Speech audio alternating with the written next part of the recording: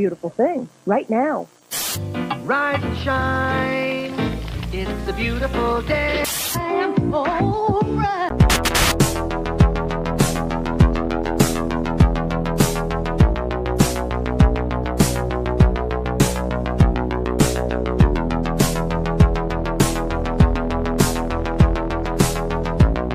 About a third of the building has been blown away.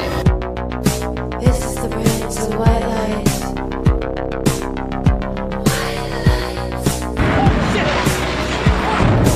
Our very freedom came under attack in a series of deliberate and deadly terrorist acts. And at that point, we were taken for another round of questioning, this time related to our allegedly being members of Mossad.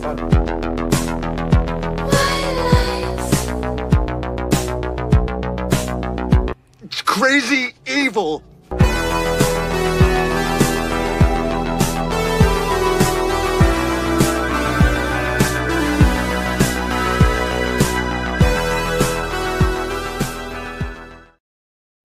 Good morning. Welcome to the No Way Jose podcast. This is the Morning Dump. I am your host, Jose Galison. What is up, people? Good morning. Good morning. We have a wild one today for you. Sorry I wasn't here yesterday. I did have to pick up some work. So if you don't like that, I don't know, give me more money and then I don't have to pick up shifts. So, sorry. I do try to do Monday to Friday, but every now and then I do pick up shifts. So it is what it is. I don't know, whatever. It's good to break it up every now and then. Trying to generate content Monday through Friday is a bit much, but the news as of late hasn't been denying me. So usually it's good, but this week I was like, okay, of course, ton of content. So I had plenty of stuff to cover today, but we'll cover it. We'll start today. Obviously, we got the Epstein stuff to go through. I'm sure you guys have all been stewing in that. Bibi visited, though, so we wouldn't be able to cover that yesterday. So, hey, we're pairing these things together, and I think the juxtaposition of the two kind of makes the point even all that better. But, we're going to go through today. It's a beautiful morning. What is today? Today's July 8th. It is a Tuesday. It's a beautiful morning. Went for a run, worked out. I'm ready to hang out with you fellas, drinking my coffee, having my breakfast. Let's fucking do it. Let's get into some shit. To start off the morning, I think let's do, and then we'll do our greetings. I think the move from now on maybe should be our little, I usually do like a video or something more pop conspiracy or pop-ish. And I think today, probably to break the ice, let's start off with old Benny Pooh. See what he has to say. Just kind of break the ice on this Epstein conversation. Just start with. Let's see what Ben Shapiro has to say. I haven't listened to this yet, as I'm apt to do, but I am curious. We now have the answers. And the problem is this. People who never hedged their bets, people who never at any point suggested to you that they don't have data to back up the speculation, that the speculation was in and of itself the conclusion that if you speculate without evidence, that amounts to an actual conclusion to an investigation, they're going to be very upset today because it turns out that the DOJ and the FBI have concluded that Epstein didn't have a client list and died by suicide, according to a memo detailing the findings obtained by Axios. Now, again, does this put to bed all inquiries? Of course not. People can continue to speculate as much as they want. And I think there's still open questions here regarding how did Epstein make his money? But that's a very serious open question. And the speculation for a long time was he made his money from blackmail. But the DOJ and the FBI, again, run by people like Dan Bongino and Kash Patel and Pam Bondi are telling you, I'm not telling you, they're telling you, people who are members of the Trump administration, people you elected and put into these positions to get you the truth on this matter, are telling you that he didn't, in fact, he was not murdered, he did not keep a client list, and he did not blackmail powerful figures. Okay, right? That is the thing that they are saying, not I, they are saying this. If you're willing to throw that over and claim they're lying, then I'd like to see you present your evidence that they are in fact lying. Because I know Dan. I don't think that Dan Bongino is lying to me. I guess that's probably what a lot of this episode will be. We'll be kind of going through a lot of this nonsense of where the lies are. I mean, this is kind of ridiculous on its face, though. Even presenting it in this way from the jump, he even mentions the money thing because it's kind of like. I mean, if we're to believe that this guy, what we're going to get into, that essentially didn't do nothing, I don't know, there's a long laundry list of like, what the fuck? You expect me to believe? It's lots of suspension of disbelief of like, how did he So he's just this big money guy, and just people just like giving him money? Is it just I don't know, the Victoria's Secret guy essentially gave away his entire essentially fortune, was is basically de facto owned by Epstein just because I don't just like the guy. I guess he's just a genius with money or something. Okay. So, I mean, it's just kind of ridiculous to then like start with that. Kind of like, oh, there are these questions. He points out the obvious and then goes to, but my homies say otherwise. I don't know, it's just super weak. There's 20 more seconds. Let's see what else they say. Maybe there's something more to it, but just can't really even punch him this much. This is dumb. This is just really dumb, especially since you point out at the beginning, and then the second is like, well, we should just trust these guys. And if you don't trust them, you should have evidence to the contrary. It's like, no. Especially because we're in this situation because it's like evidence is compounded to this point. It's not like there's been no... I mean, I guess it depends on what you consider evidence. Obviously, who... Is it just a claim by Ghislaine Maxwell? Is it an email from Bear Stearns? Or I don't know. Like... But it's not like there's no evidence. I mean, you may not think it's strong evidence, but it's... So it's out there. I need to hear your... What do you mean you need to hear my evidence? If anything, I don't know. This is ridiculous. I know Kash Patel a little bit. I don't think Kash Patel is lying to me. I don't think these people are lying to me. Which means that if somebody else continues to claim that they're lying, they ought to provide their evidence at this point. And now is the point at which the facts on the ground have changed. And so either you ought to shift your opinion... They haven't, though. Nothing has changed. Except for your trust me bros said, trust me, bro. Nothing changed otherwise. Based on the facts that have now emerged, or you ought to acknowledge that this was never a fact-based inquiry in the first place. I don't know. This is silly. Well, all right. Well, we'll come back to this. Let's say our good mornings to everyone in the chat.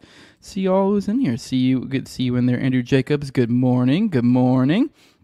So why is there no list? That's because Trump's on that motherfucker. Good morning, JMS. Good morning, Tilla Spook. Good morning, Tom. Good morning, Jay. Oh, there you are again, saying banger intro. It is a banger intro. Good morning, Eddie Grimm. Good morning, Queen Calnads. I don't know if I said JMS already, but here you are again. Good morning, Fire Pixie. Good morning. I already said you. Hey, say what now? Good morning. Good morning. If you voted for Trump, then you should believe all Epsteins. Yeah, 100%. Good morning, everybody. Good morning. Good morning. 13 dumpers in the Rumble chat, and we couldn't pull off a tower. Sorry, brothers. I don't know. You got to get it together. It's pretty simple. There's only a handful of words you guys normally go from. I mean, usually the standard is the N. I mean, it's pretty easy. That's on you if you can't figure that one out. All right, guys. Let's get into some content. Hey, good morning, Marty McFly. Good morning. He said, I never thought Epstein died. He just retired. Yeah, I've heard a lot of people say that. And then this is always seemed a little ridiculous, but as more time goes on, the more it seems, I don't know, maybe. Especially with the Diddy stuff that just happened recently and him getting off. And then now, I don't know, I wouldn't be surprised. It almost seems like the next move is I'm waiting for some sort of major trial announcement regarding Ghislaine or something like that. Guess what? Well, since apparently this wasn't that big of a deal. Now we're going to appeals or whatever, and we're like, oh, just kidding, she's gone. I don't know. It just it seems ridiculous to me. All right, let's get into some foreign policy, and then we'll come back to some of this Epstein stuff. All right. So to start off with, I figured we'd talk about the big news, Trump visiting Netanyahu. Here's a piece from Dave DeCamp. I have a few clips to go through with you guys, but we'll just skim this real quickly. It says Trump hosted Netanyahu at the White House on Monday, marking Israeli leaders' third visit to Washington within 6 months. Private talks between two leaders were expected to focus on the 12-day U.S.-Israeli war against Iran and the potential Gaza ceasefire deal.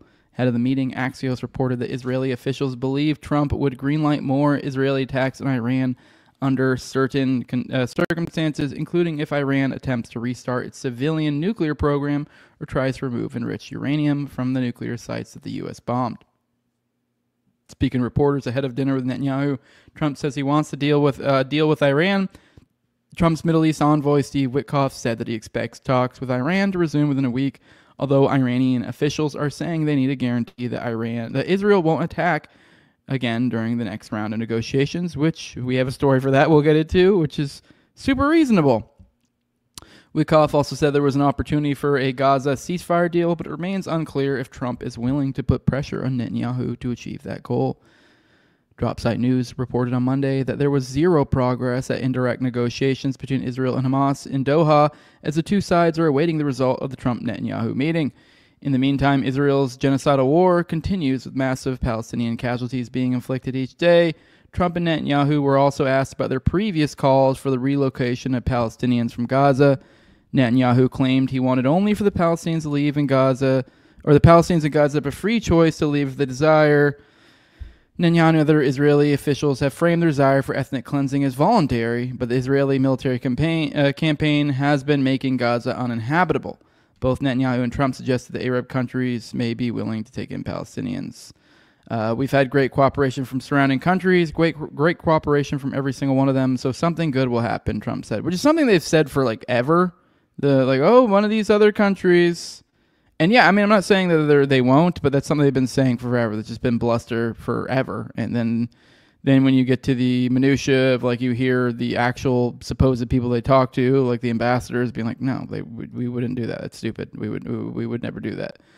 Because yeah, while we do have these Abraham Accords and stuff like that, you know, for the most part, most of these Middle Eastern countries know what a loser of a stance it is to take to be the country that's like, oh, we're going to take in the Palestinians. And that's not any like, oh, well, fuck the Palestinians. If actually it's exactly the opposite. They don't want to enable Israel. They all don't like what Israel's doing. Like, I guess there is a humanitarian. Maybe there is like a certain point where I guess it's just a humanitarian and maybe they would.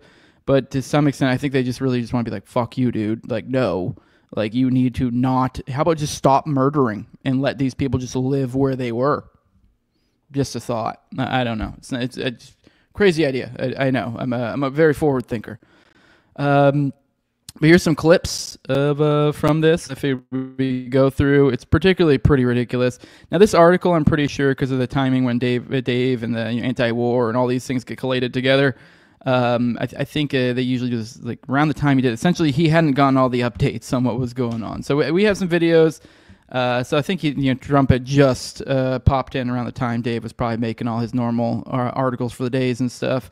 So we have a little bit more on this that they didn't get into. A few different things. For one, I guess Netanyahu awarded Trump the fucking, or not awarded him. He let him know, but he nominated him for it. So let's go ahead and watch this video. It's just absurd. So I want to present to you, Mr. President, the letter I sent to the Nobel Prize Committee. It's nominating you for the Peace Prize, which is well-deserved, and you should get it. Thank you very much. This I didn't know. Wow. Thank you very much. Thank you. Coming from you in particular, this is very meaningful. Thank you very much, Bibi. Thank you. Thank you for everything you're doing. Thank you. It's great. He sucked his dick later. This is ridiculous. I don't know. It's pathetic. I mean, do I really even need to point out? I mean, I guess I think I have. I had something on this. Maybe if I can find it. I made a tweet about this. It's just so ridiculous because it is a. What did I? Here we go. Here it is. It said no. Never mind. I thought I did one on it. But no, this one's ridiculous. The idea of a peace prize for fucking Netanyahu. I mean, it's just ludicrous. It's just I don't know. Whatever. Here's another clip. This is about the two-state solution. I guess one of the reporters asked him, because I guess from my understanding, from what I've heard from how this went down last night, is that essentially he visited the White House. They took some questions from reporters and stuff. Had a little pomp and circumstance. I'm assuming there was private discussion, so I'm assuming there will still probably be more within days to come that rolls out from this meeting. But right now, we just kind of have some of the dissect some of the faggotry of this, and then the questions and the back and forth of the reporters. That's what we have right now. But this is some reporter, I guess, asked about the two-state solution. So this is another example of what's just particularly really fucking pathetic. Do you think that there can be a two-state solution that creates an independent? I don't know. I'd ask Bibi that question. You have the greatest man in the world to answer that age-old question, two-state. Go ahead. You give him your honest answer. I think Palestinians should have all the powers to govern themselves. but none of the powers to threaten us. And that means that certain powers, like overall security, will always remain in our hands. Now, that is a fact.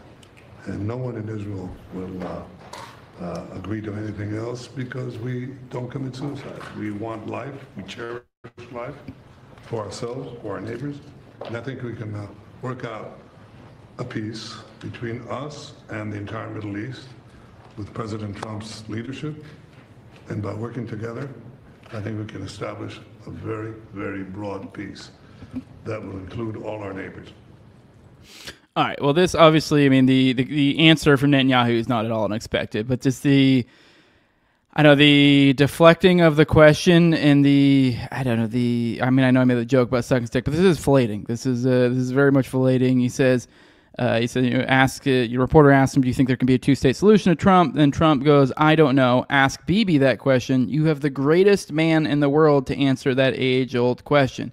Now, in the interest of fairness, and I don't even really want to do the interest of fairness here because it's gay, but I've seen a lot of people jumping on to, oh, he said the greatest man in the world. He said the greatest man in the world. He said the greatest man. Oh, he called Benjamin Netanyahu the greatest man in the world. And don't get me wrong, I wouldn't put it past Trump to say he's the greatest man in the world. And I guess he did literally say he's the greatest man in the world. But I mean that's the intention of the thing. If you read this, ask Bibi that question. You have the greatest man in the world to answer that age-old question. That second part is important, to answer that age-old question.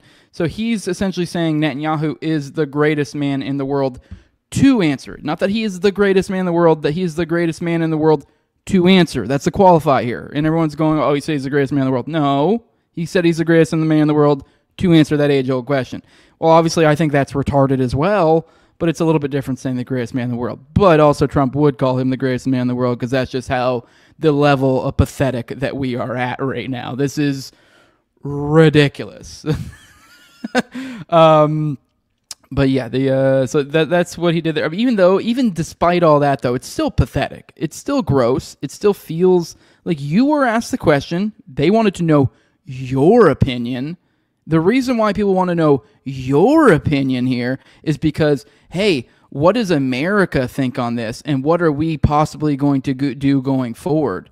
And if anything, it says so much to go, oh, don't worry about that. We have the greatest man in the world to answer that question. And there's also kind of a little implication by the greatest man in the world. There's implication that he's better than you to answer that question. And that means, oh, well, then it doesn't really matter what we think, America or myself. What matters is what Israel thinks. That's what matters. That's what matters is what Netanyahu thinks. And he's the best one to answer this question. So what's his opinion? And you can just kind of assume that's mine. Right? Isn't that great? Wow. Just pathetic. Just absolutely fucking pathetic. All right. Then I have another clip for you guys. It says, Trump on Ukraine, we're going to have to send more. Oh, what the hell? The video's gone. Okay. Well, I don't need to show you the video. Dang it. What the hell? I don't know why the video's gone here. Well, basically all it said was, the video said, we're going to have to send more weapons because someone asked him a question about Ukraine. And it was just the irony here is he had just been nominated for the Nobel Peace Prize by Benjamin Netanyahu. And then he's asked by a reporter about sending weapons to Ukraine. And he says, we're going to have to send more weapons. We have to. They have to be able to defend themselves. Now, I wanted to play the whole video so there was full context. But to be fair, there's nothing more to it. It really is just that simple. So, I guess you guys can go search for that clip if you want to be like, is Jose lying to me? Is there more context here?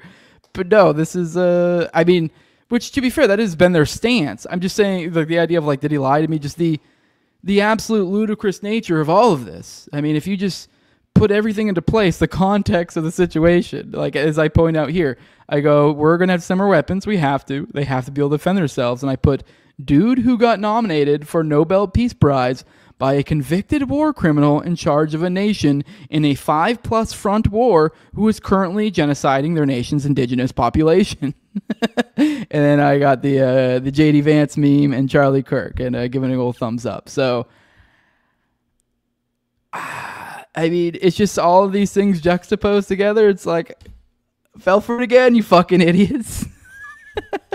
I mean, I try not to be mean about this, but Jesus Christ, guys. I mean, like, I've tried so hard not to be glib and be mean and be like, I was fucking right and you were wrong. Because I know I'm no genius. It's just that I've read, I think maybe it's just because when I was more in my theory phase, I read more like Konkin and stuff. And so I was far more like voting, political interaction is gay and a waste of your fucking time. And I don't know, I just constantly get proven right over and over and over and over and over and over and over again. Oh my God, Jose, you're black-pilled. No, I'm having fun. I don't know what you're talking about. This is great. I mean, not great. I mean, obviously the state of the world's not awesome, but I mean, even then, I guess I say I'm not doing great. But generally speaking, my life continues better. My children are doing great, and I have 2 young, beautiful, smart, athletic, like. I don't know, personable, funny, like different in their own ways. Children, and a beautiful wife, a nice house. Like, I'm doing all right. I don't know what the fuck we're talking about black belt. I'm just saying y'all are dumb and gay. That's all I'm saying. I don't know. All right, let's check. Actually, I wanted to perfectly butt this story up against another one, just because it kind of just. I mean, really, this whole episode, the one thing after the other, just kind of highlights. I don't know. It's just so nonsensical. It's just so ridiculous. But at least this one, before we take to a break and check the chat, see what you guys say. All right, remember how I've been telling you guys for forever how they were talking about how they want to take the Palestinians and herd them to the south and concentrate them into a small area and let them, I don't know, do a little bit of camping. Well, here we are. Israel Defense Minister orders plan to build concentration camp for Gaza's civilian population. From Dave to Camp, obviously.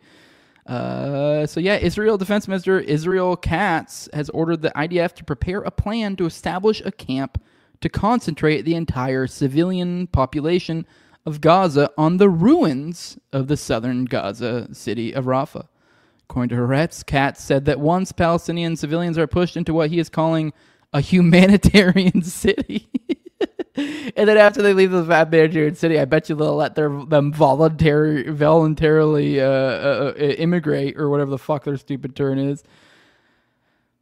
They will not be allowed to leave once they go to this humanitarian city. The idea is to first transfer 600,000 civilians from the Al-Mawazi tent camp on the coast in southern Gaza, followed by the rest of the civilian population. Katz said that if conditions permit, the city could be built during a potential 60-day ceasefire, comments that will make Hamas less likely to agree to a temporary truce. The Israeli defense minister also said that during the ceasefire, Israel will maintain control of the Marag corridor, a strip of land between Rafah and Khan Yunis.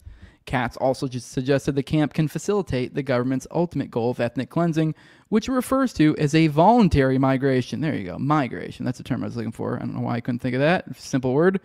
Telling reporters that Israel will implement the emigration plan, which will happen. Israeli finance minister Bezalel Smotrich, don't say that three times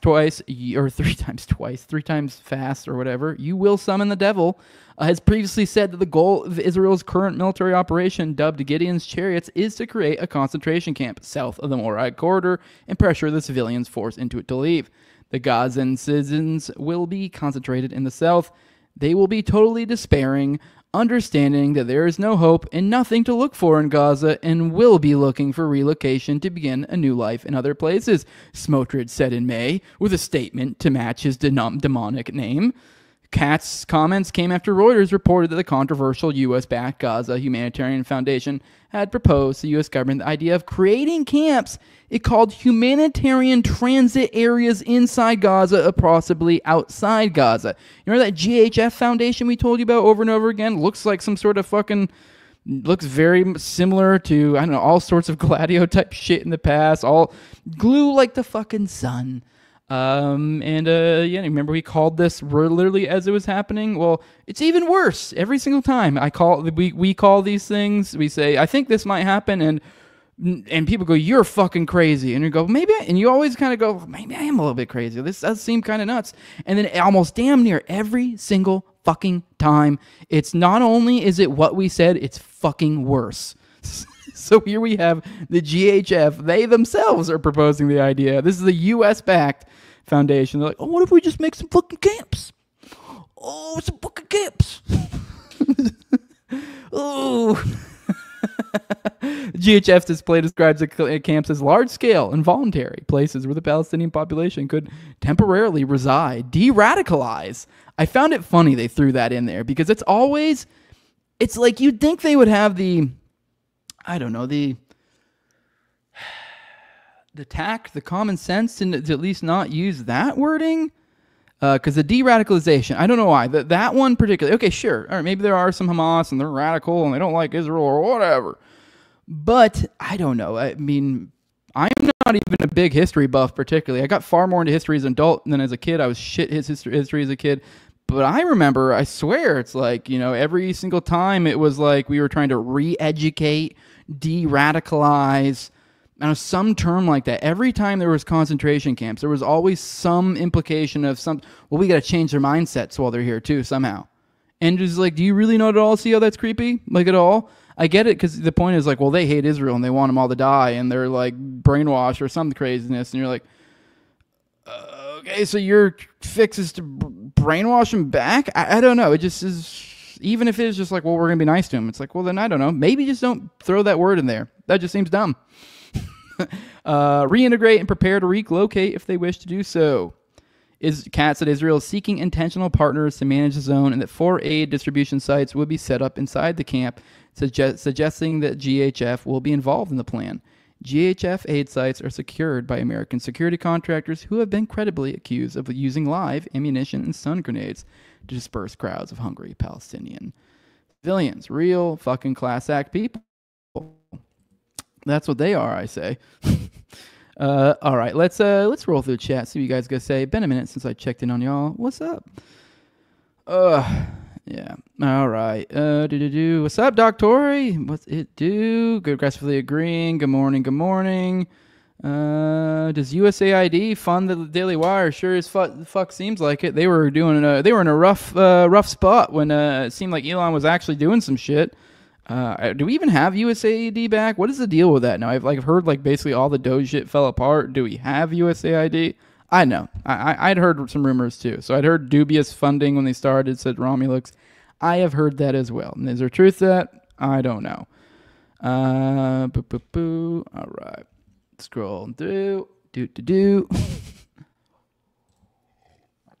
Tom says Trump seems like he compliments Bibi with almost a wink that makes it feel like he's actually talking shit. His actions don't say that, but there's something about he delivers it. I kind of get that. Like there is his delivery is either over the top and gross kind of filleting, or yeah, it could almost be a wink. But I think we're so far beyond the point of thinking that it's a wink like fuck you type thing, because that's been the 5D MAGA perspective throughout. Like, oh no, this was a subtle wink to Netanyahu, letting him know that like, hey, I'm in charge here, and I know that you know that I know that I know that you know, and this is some sort of fucking super power test, and I'm just fucking sucking your dick because just to show you that I could, but it's not gay because I'm doing it, and like because you know that I'm doing it, and then like it's just retarded. I don't know. It is. I get what you mean. That is a thing that people can do with power plays, where you do subtle little they kind of I don't know, subtle things to fuck with them. You're really showing them who's the power. But I think there comes a certain point where we really can't read into it that much. And you're like, I know, maybe Trump's just a bitch. It seems the most simple explanation at this point, personally. I think he's kind of a bitch. So, all right. Malco says, Ferris Wilkes funds the Daily Wire, fundraising in Nashville, $4.5 million just in 2017, and is a co-owner. Wilkes also funds Ted Cruz and got him into politics. Okay. Oh, well, this is, I like this. Keep it coming, Malco. Also, DW is run by 2 military intel guys from Israel. Oh, no way. Oh, you mean Ben Shapiro? Who's the other one? I don't know who the other one is. Probably that boring guy. Why do Israelis have such silly names, says Jesus? Who the fuck named Cats? You a kid's cartoon? Fuck out of here. Well, the funny thing to that is they literally changed their names. Most of these guys are Eastern Europeans. A lot of them have I think one of the prime ministers wasn't I forget her name, but there was one that was a teacher in some state in the United States, and then she's then became a prime minister later. So yeah, they changed their names. Bibi Netanyahu, that wasn't his. I think it was. I forget what it was. Bibi. I think maybe Bibi was his birth name, but I think they changed his father changed his name at birth to more. But anyways, it's regular.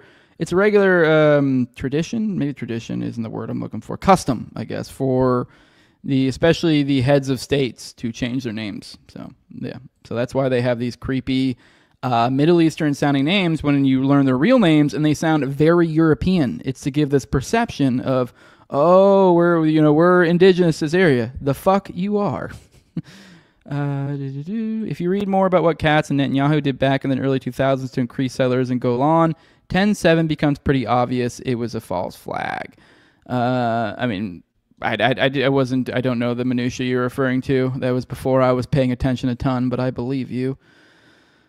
Netanyahu is a Polak who's changed his name to given by God. Yup. So imagine God gifting you a Polak. Which oligarch is funding Thiel Vaughn? I don't know. I think he's just legit. I just think he just happens to be a weird one. I think he got doors open for him, if I had to guess, by the goofy relation. But I think it might literally be that his dad is some weird, spooky guy that just busted in the wrong place, and by virtue of that, he knocked up some waitress somewhere or some shit, and now it opens doors for this guy. And so now you have a goofy Theo Von that dedicates life to comedy and whatever that just probably doesn't even realize, why are all these doors getting open for me? I don't even get it. So that's how I see it. I have no idea if there's truth to it, but it is very odd when you do dig into his background, because it's like, I know he's too goofy to be, I don't know, that would be so hard to fake. That would be such a next level op. But I do think there is something to the idea that I think sometimes doors get opened for you. And so I think maybe there could be situations where they accidentally get opened for you, just because you happen to check off a couple of the check boxes, but you weren't intending to check off the check boxes. You know what I mean? I don't know. Yeah, there's a comedy circle, has interesting connections. I'm sure you can see. 100%. I mean, I'm not saying Callan is a fed at all, because obviously I know Sam. He's super cool. I would think Sam would be skeeved out by that, but it is like, hell, just look at him and isn't his dad like a fed or some shit? I mean, yeah, there's got to be controlled shit in the comedy stuff, but I would say it'd typically be people that just would like not be funny though too. So it's like, with somebody like a Theo Von, he's too goddamn funny. It's like, I don't know, I guess they can find comedy, they can find talent and exploit that, but generally speaking, I don't know. I'd say it typically would be the person that's like a middling talent, particularly. So that would be my guess. So like if it's going to be some sort of fed, somebody who's just like maybe moderately funny. But I don't even know if I've ever seen Theo Von stand up, but dude's funny, like personable. So I don't know, whatever. I'm kind of rambling now. Let's get back into it. I mentioned this earlier. This is, Iran was saying, hey, we'd be willing to come back to the table, but we would need assurances that you aren't going to fucking, kill us. Seems fair. So apparently, this came out in the interview, the Tucker interview, where he interviewed the Iranian president. I watched that yesterday. That came over the weekend. It's been busy news cycle lately. I don't even think we've talked about that. But yeah, that dropped. Interesting stuff. Scott. Yeah, we talked about Scott. Last week we talked about the show, I think, with Scott, which was really, but so even better to even add to that Scott interview and to top off that Scott interview, it was followed up by Tucker interviewing the Iranian president. And I don't know, it wasn't anything mind-blowing, but it was definitely something you see, hey, these guys don't want war with us. It was also pretty interesting. It seems like he was trying to describe that the whole death to America thing might actually be some sort of like a language thing to where like people just don't understand what they mean entirely is what the implications. So a lot of interesting stuff in there. I think it kind of makes you realize, maybe they aren't the great Satan. And obviously it doesn't mean they're the guys telling the truth about everything. Obviously they do evil things too. Every regime does. But, this is a regime they want us to go to war with, and this is a regime saying, hey, we don't want war. We do not want war. And I know they're clearly the one who's been aggrieved here. So, and on that, Iranian President Masoud Pezeshkian told Tucker Carlson in an interview released on Monday that the U.S. said it wouldn't give permission to Israel to launch an attack on Iran during recent negotiations. So this is, remember, I focused on this a lot because I think it is super important. I think this Epstein thing, which we'll get into later, is a very much like a revelatory moment. I think this is like the penultimate moment right now. There's like no we're so far past denial, I think, that it's just we're in ludicrous land. But Iran was one of the early ones where it was like, come on, guys, come on, seriously. And this was part of it. This idea of that we were engaged in negotiations. We were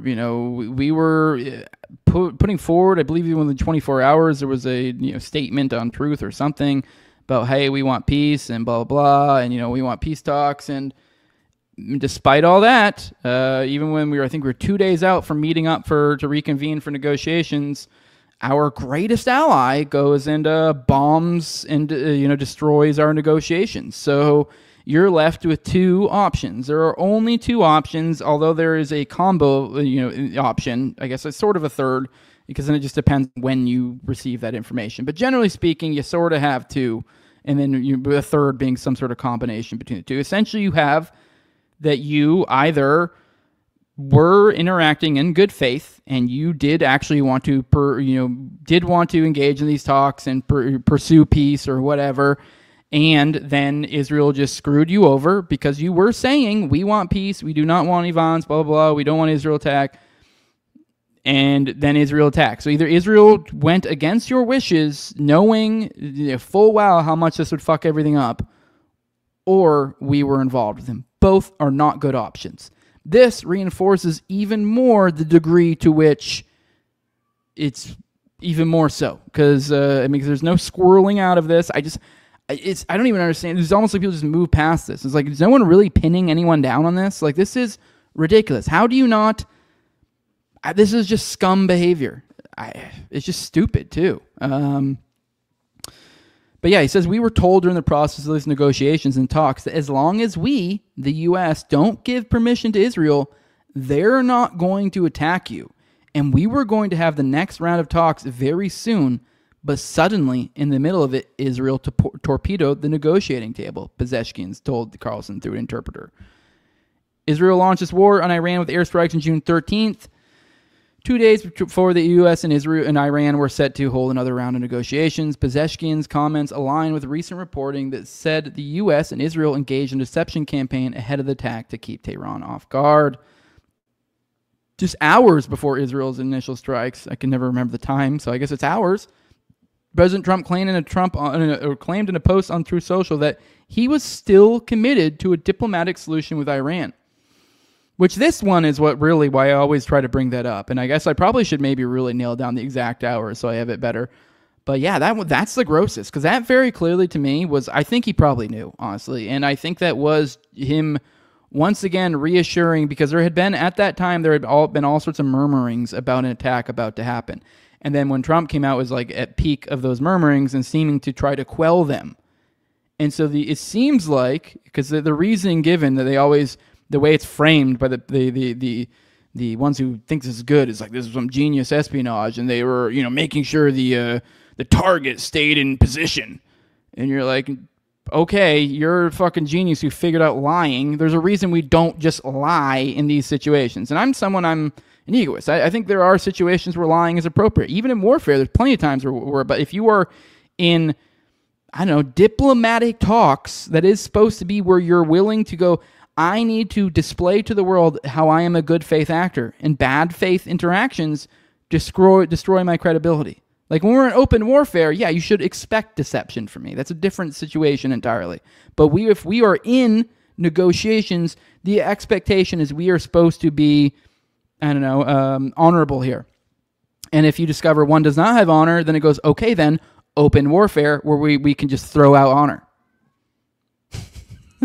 So like, just this idea that it's just so gross, just so fucking gross, just like man card shit. Like that, when I say it's so gross, like that's what I mean. It's just like, this is shit you should get dressed down by, like made to feel like a little man, like you're being talked down to by like your father or something. Like that's what you should be getting. Like it's just gross. It's just unbecoming of a man to behave in this way. Frankly, it's just gross.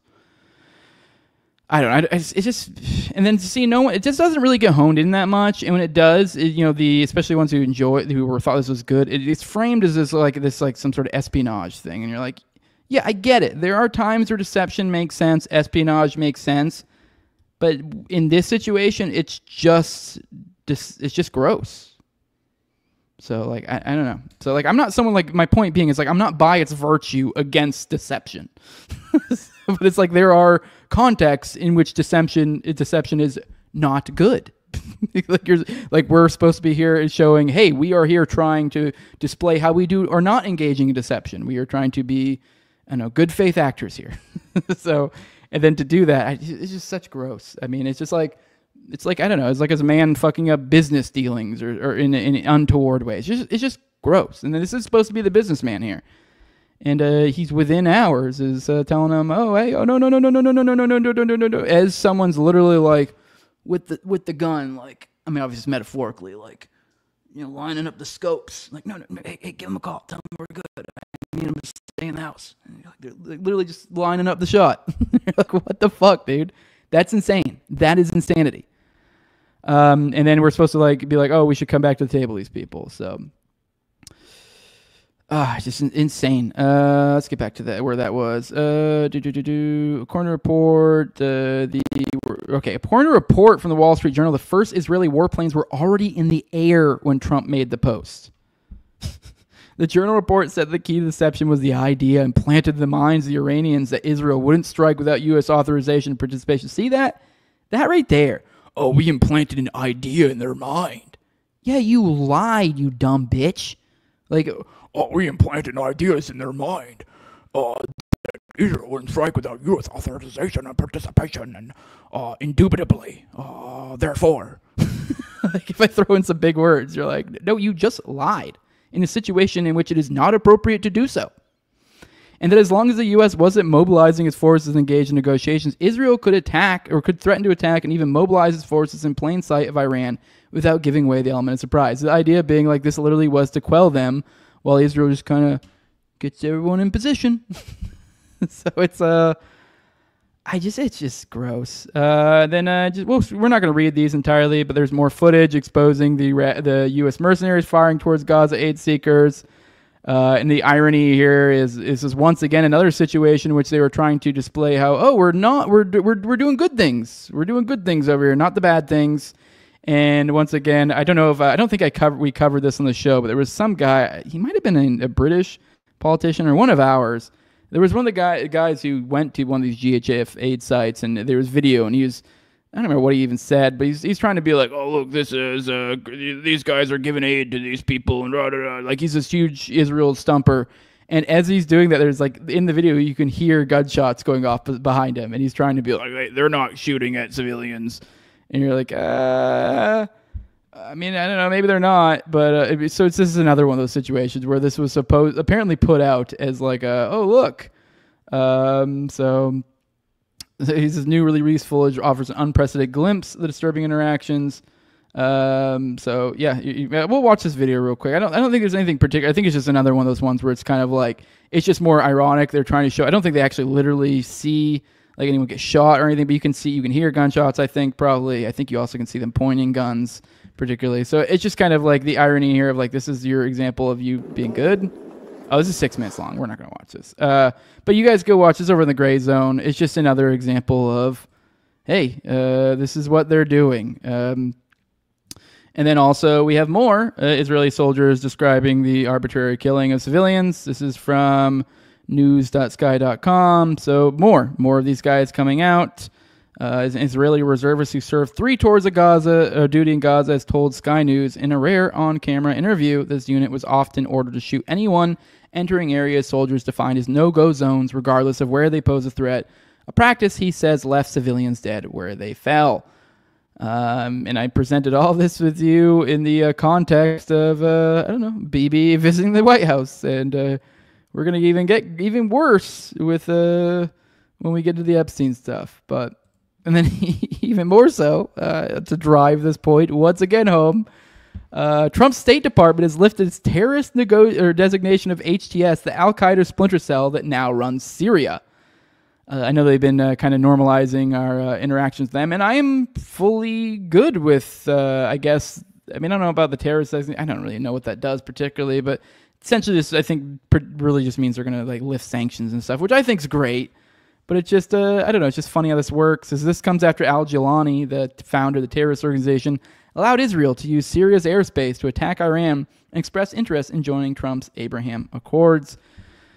So, I mean, I think they're floating around a lot of these areas. I think there's something going on with like a Lebanon right now too, with a lot of these deals, peace deals they're working on. And so I think the Trump administration is trying to frame this as, oh, look, we're going to try to get more of these people into Abraham Accords, but these are like these disheveled, fucked up nations that Israel's just like sodomizing right now. So, I mean, it's the idea of floating these out of like, oh, cool, we're going to get more people in the Abraham Accords and everyone's going to be friendly with Israel and it's going to work out great. And it's like, okay, well, there's some giant fucking asterisks there. I mean, you got this Jolani guy. I mean, we covered recently one of the people within his little group were blowing up churches, and there's also the so I mean, there's, I don't know if that's a civil war perhaps within his group, or if that's sanctioned. There's also the killings, I believe, the Alawites, which were, I believe, some sort of religious minority. I believe it was more closely associated with the previous ruler or something. That apparently they've just been slaughtering over there. I think those have settled down a little bit. So point being, it's not a stable area. It's not looking great. Same kind of thing with Lebanon. It's like they're trying to get them to, I think, shrug off Hezbollah, not let them operate in there anymore. And Lebanon's kind of like, fuck you.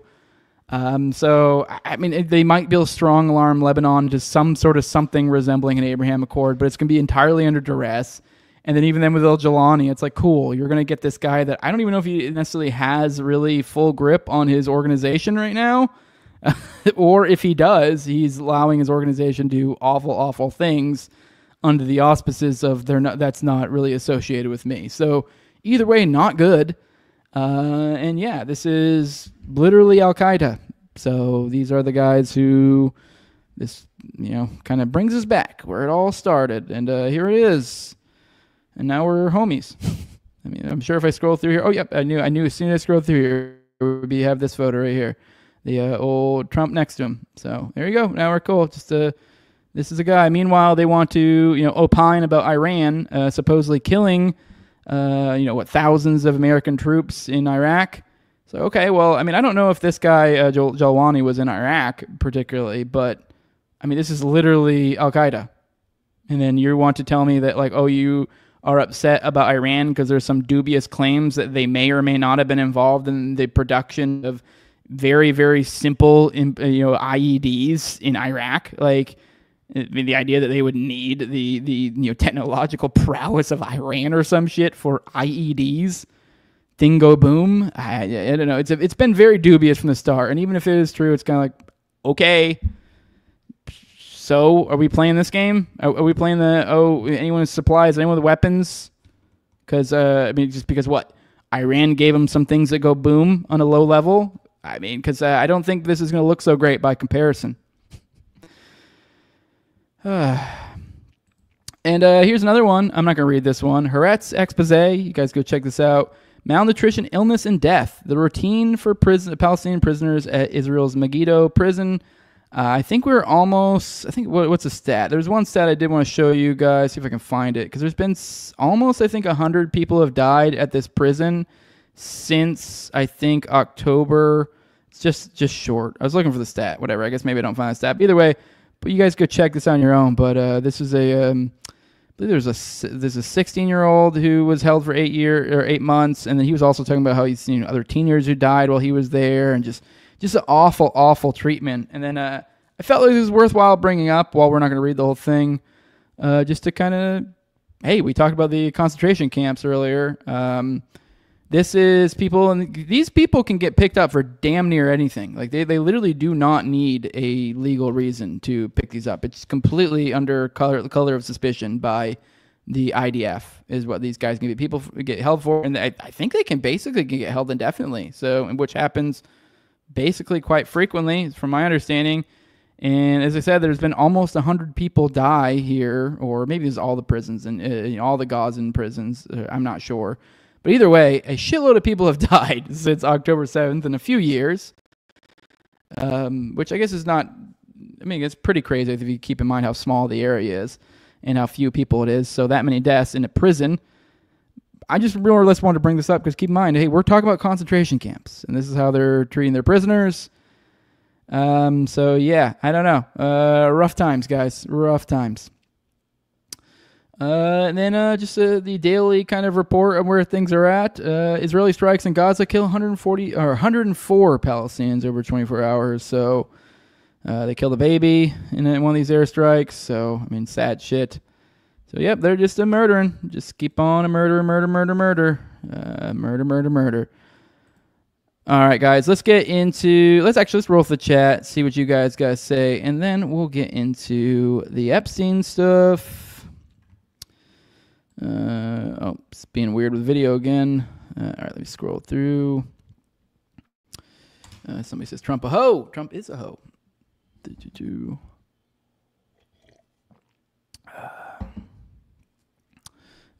Just like Brian Callen says, Jesus. Yeah, I'm not even saying Brian is a Fed, but I mean, like, he kind of, I wouldn't be surprised. But I kind of would assume he's not, just because he's such close homies with Sam. But I don't fucking know. Israel and U.S. are captured by the City of London bank debt. Iran is better off being self-reliant. That's the truth, and support for Israel has long been treading against the Constitution, 100%. Deception like this is like lying in a job interview. You look like a real faggot when they hire you and completely fuck up immediately. Yeah. Do the Arabs realize Israel's losing sway with American people? I don't know. They gotta at this point. All right, let's get into the Epstein stuff. Let's start off with Axios, because Axios is where this started. It says exclusive, DOJ, FBI conclude Epstein had no client list, died by suicide.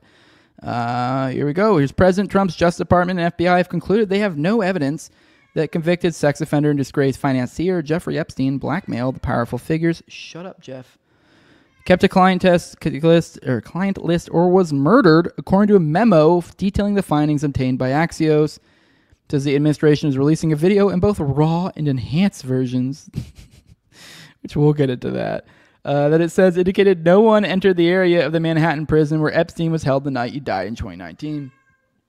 The video claims or supports a medical examiner's finding that Epstein died by suicide, the 2-page memo claims.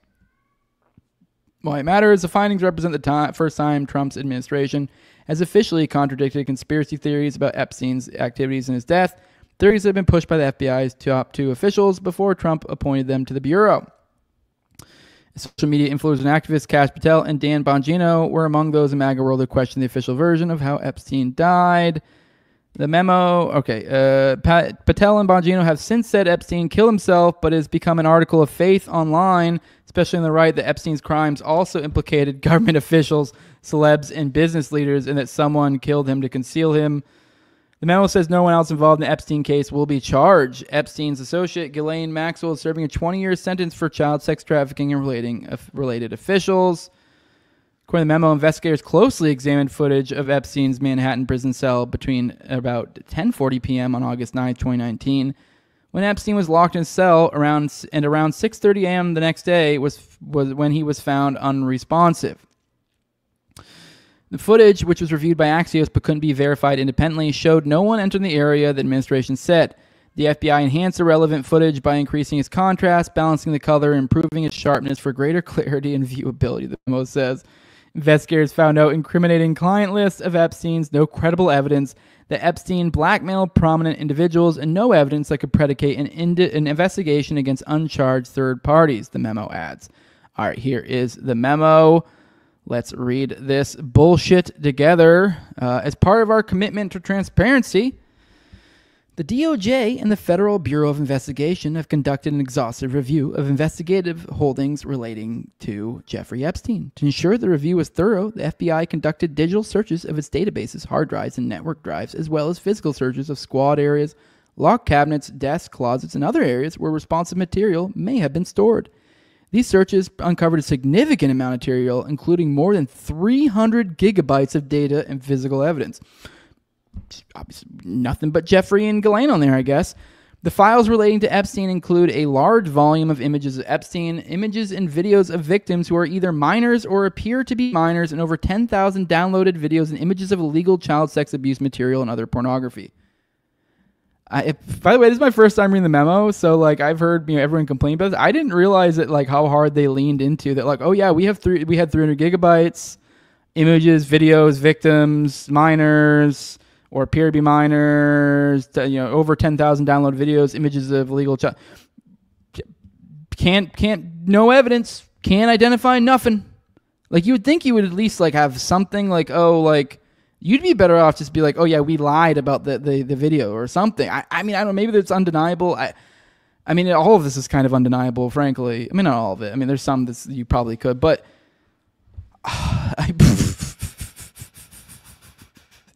just fucking ridiculous.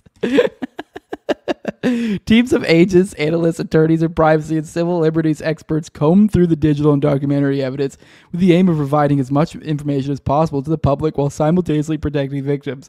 Much of the material is subject to court-ordered sealing. Only a fraction of this material would have been aired publicly had Epstein gone to trial, as the seal served only to protect victims and did not expose any additional third parties to allegations of illegal wrongdoing. During this review, we found no basis to revisit the disclosure of those materials and will not permit the release of child pornography. So they're still sticking on that. Obviously, no one's asking you to release child porn.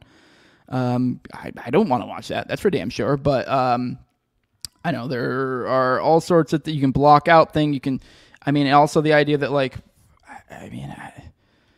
this is just so retarded. If there's all like, oh, well, we don't want to victimize. Much of the material is subject to court-ordered sealing. None of this makes sense. Only a fraction of this material have been aired publicly. Had Epstein. Okay, whatever. I mean, they seem to really focus on, well, we don't want to. Okay, what? No one wants to see the victims. None of us want to see the victims. We just want you to be like, if you're watching these videos, you would think you should be able to see other things, identifiable things. 300 gigabytes, thousands and thousands of videos, something. You're just telling me these are all just the kids Ian/or Jeffrey. This is his personal collection. A little unbelievable. Systematic review revealed no incriminating client list, which that's believable. I didn't really think there was like a client list particularly. Because I mean, maybe yes and no. It depends what that means. Like, I don't think there's like a list that's like, and he fucked 12 kids, and then this guy, I sent him a 15-year-old 3 years ago. Like, I mean, I don't think it's like that. I mean, there might like I think it's more like the black book type thing where it's like, oh, he's a contact list. Like, it's a doesn't you have to figure out why it's there. Which a lot of those things happen. We have the flight logs, the black book. There's also no credible evidence found that Epstein blackmailed prominent individuals as part of his actions. We did not uncover evidence that could predicate an investigation against uncharged third parties. Consistent with prior disclosures, this review confirmed that Epstein harmed over 1,000 victims. Each suffered unique trauma. Sensitive information relating to these victims is intertwined throughout the materials. This includes specific details such as victim names and likenesses, physical descriptions, places of birth, associates, and employment history. One of our highest priorities in combating child exploitation and bringing justice to victims. Perpetuating unfounded theories about Epstein serves neither one of those ends. To that end, while we have labored to provide the public with maximum information regarding Epstein and ensured examination of any evidence in the government's possession, it is the determination of the Department of Justice and the Federal Bureau of Investigation that no further disclosure would be appropriate or warranted. After a thorough investigation, FBI investigators concluded that Jeffrey Epstein committed suicide in his cell at the Metropolitan Correctional Center in New York City on August 10, 2019.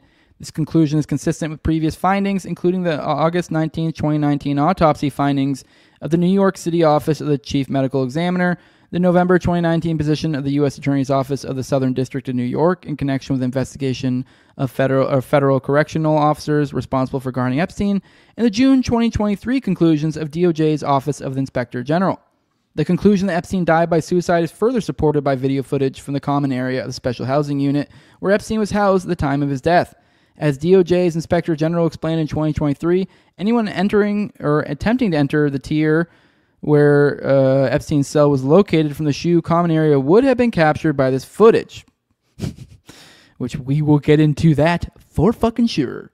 The FBI's independent review of this footage confirmed that from time Epstein was locked in his cell at around 10:40 p.m., on August 9, 2019, until around 6:30 a.m.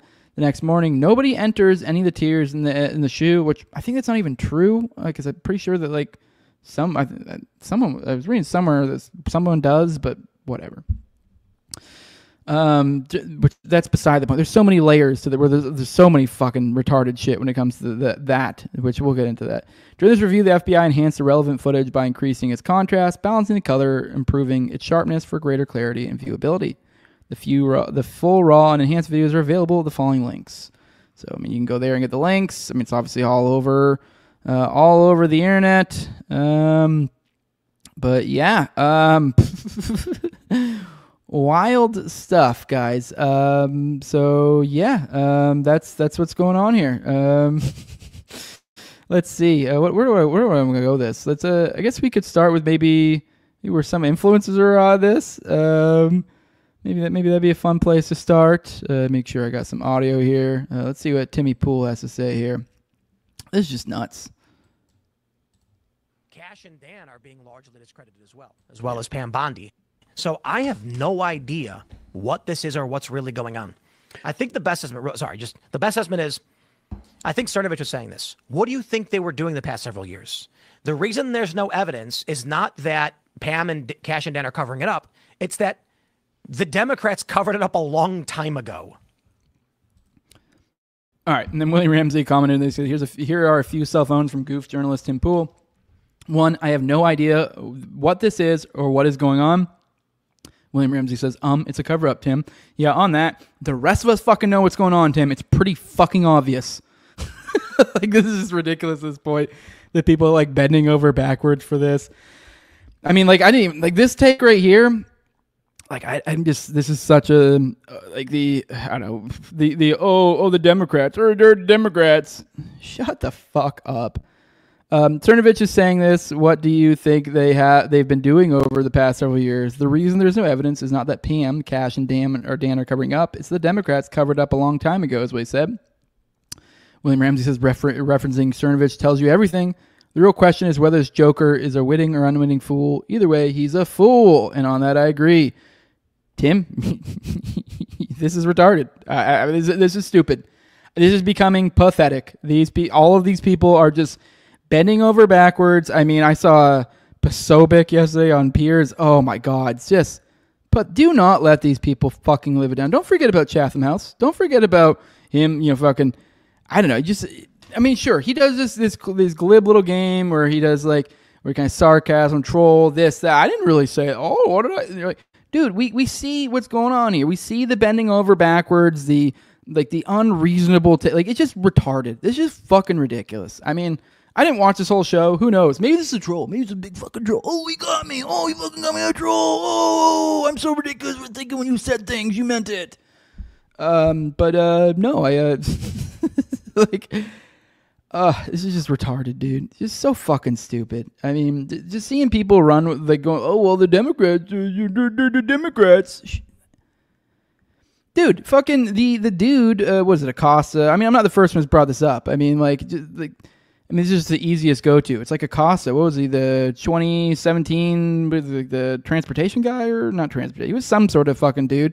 He was in the Trump thing. He had to fucking quit because, come to find out, oh yeah, he was the guy who gave Epstein the sweetheart deal. So that's who Trump hired. So, and then we see all these stupid influencers on this same note that Tim's kind of doing here. They're like, well, I mean, like, don't you think the Democrats would have released it if Trump was on there? Why wouldn't they do that? Oh, you're so fucking stupid if you think Trump did anything, because, like, it's clearly the Democrats. Shut the fuck up. It's just fucking pathetic. Like, there's no way. I don't know. I just can't imagine stumping, especially when it's like the root of all this is a child rape ring. Like, I get it. Like, I guess technically this is probably a little bit more pederasty, but I'm still not cool with that at all.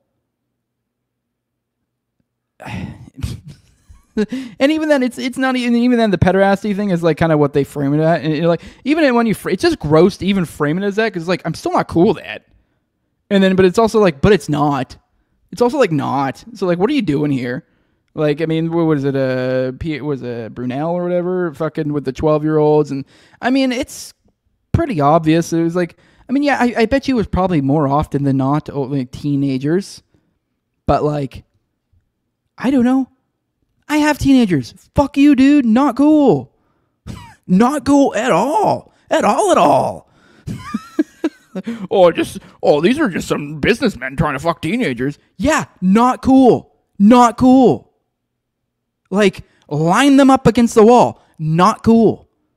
Like, sure, okay, I could, if you, sure, maybe some of them, okay, fair enough. I thought she was 18. Okay, fair. I get that. But even then, it's like, what are you, probably a 50, 60-year-old businessman, what are you doing palling around with 18-year-olds?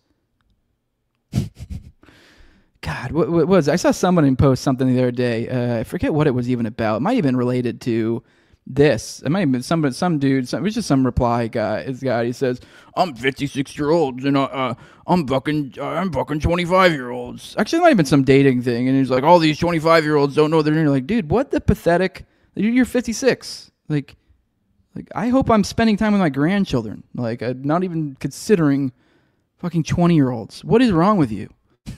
So, I don't know, it's just all this. This is the people who carry water for these people. You should feel gross. Like, there's no way you're this stupid, Tim. There's no way you're this dumb. Just gross.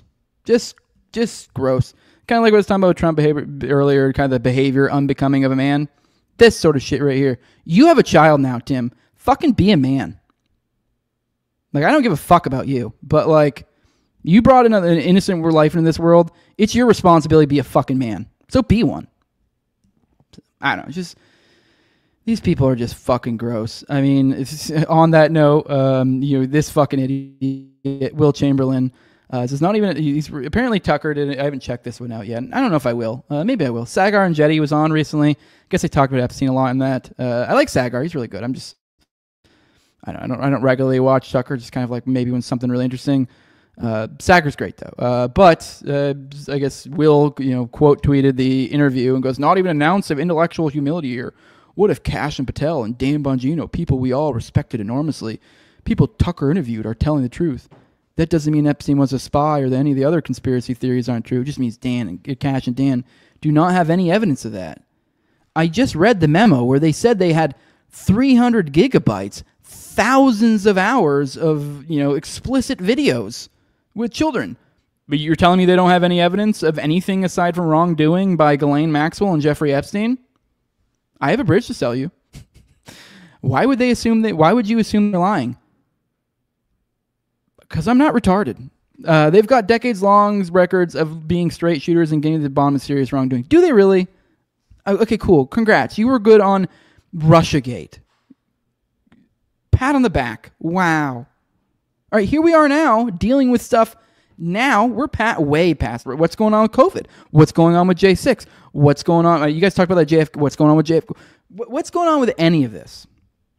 I don't give a fuck about you were good on J6, or not on J6, but on Russiagate at a time where it was completely made sense for you to be good on it.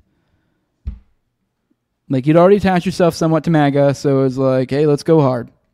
I don't know. It's just, they are our guys, is what I've never particularly ever, I know lots, I mean, to be fair, I never really watched your show. I mean, like, I've seen Cash and Dan on things before that, and they were like in the milieu of the Rubins, the Ben Shapiros, the Steven Crowders, they were relatively good-ish, somewhat in the realm of what I would say sort of ish, but like, not great at all. And you can kind of just tell just by the way they behave that they're just like those people I just listed, and that kind of when it comes down to it, they're just kind of is just something. They're just not, they're kind of these team players. They're the idiots that go herder the Democrats when there's a child rape ring that everyone in DC is involved in. Not everyone, but like both sides, I guess is the point I'm driving at.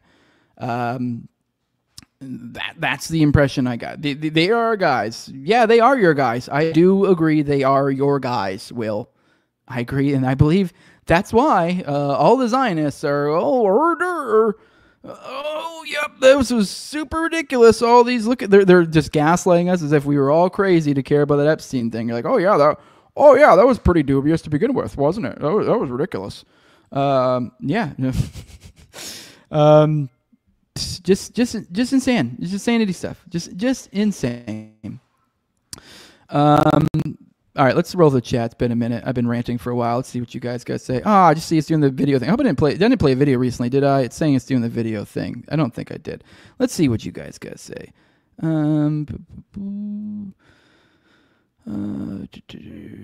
I saw what they did, or they put I saw what they did put out for us to see. It's pretty freaking odd, and there's a whole minute missing. Plus, you can see a menu bar up top. Yeah, we're gonna get into that. The 300 gigs. Of course, there's no list to find, but a list can be made from that 300 gigabytes of videos. Good point, Tom33. You are 100% correct. Good morning, Hustle Bones. See you in here. Come on, Jose. It's all the demon rats, not the red-blooded patriots. Patriots in control, brother. It says Northside. Yeah, it's praising, literally sticking in our faces. Yup. Alex Jones was crying on his show yesterday. Okay, well, that's ridiculous. Especially how much he stumped for these fucking idiots. Oh my God, Jeff, shut up.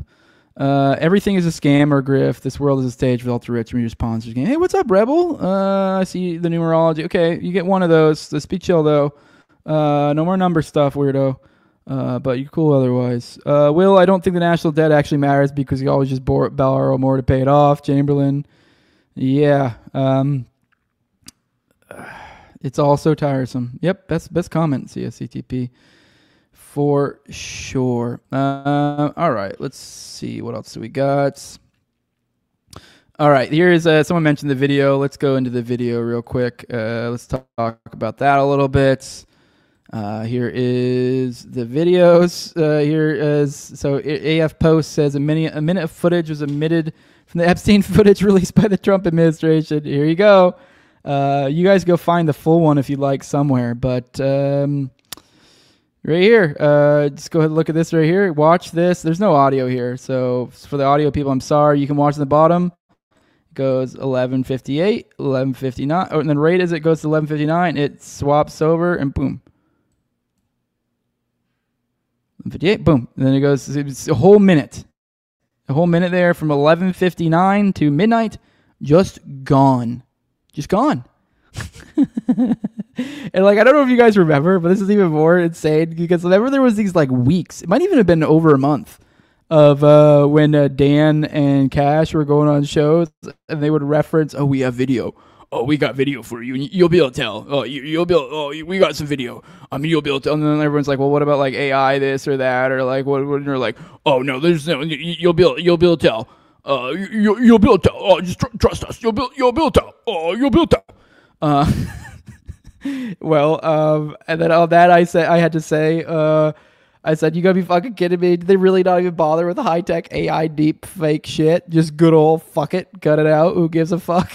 Because it's literally like, after all this, like, and then they literally just the old-fashioned, like, fucking 50s, 40s, like, whenever they first, like, literally, like, OG, just, oh wow, like, you know, crime scene shows, you're like, oh, there's a minute of the fucking, you know, surveillance footage missing. It's like literally the analog, stereotypical, over, like, no effort. Just don't even give a fuck. Just no fucks given. Just and that's not even to go into the angle here. Let's see. Let me see. I can find. Give me a second. I'll find the tab that goes to the angle and the ridiculousness of that. Or maybe here's one right here.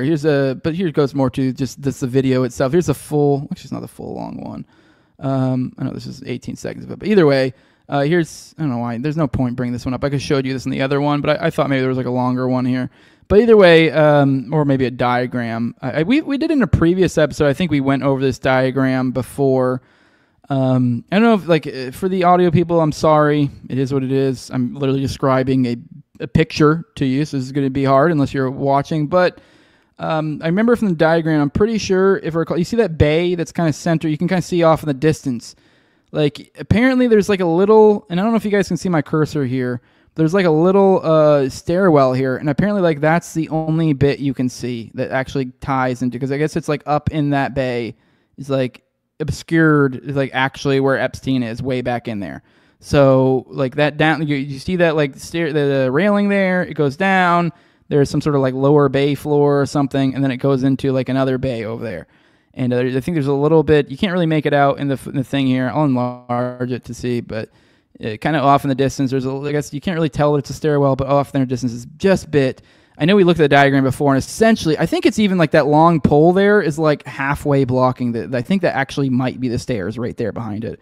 So point being is it's like their logic here is that like anyone who went in there, you would have to cross through there.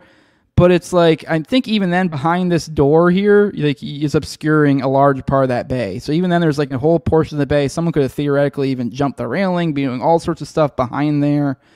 I think they are right, and that might be the only entrance in and out though. So like they technically might have had to go in there, but obviously we just showed you the minute of footage gone. So it's like, but even then, even if they didn't have the minute of footage gone, it's like, okay. So it's like we're already starting off here from like, this isn't even really a good angle. This is a shit fucking angle. Like this is, I don't think it really proves anything showing this video from the first place. And then we add into it, there's a minute move. So it almost feels like the minute removed is almost like some sort of red herring to fuck with you, to get you to focus in on the fucking minute missing. And then you're like, yeah, but the camera, no, none of this even matters at all. None of this matters at all.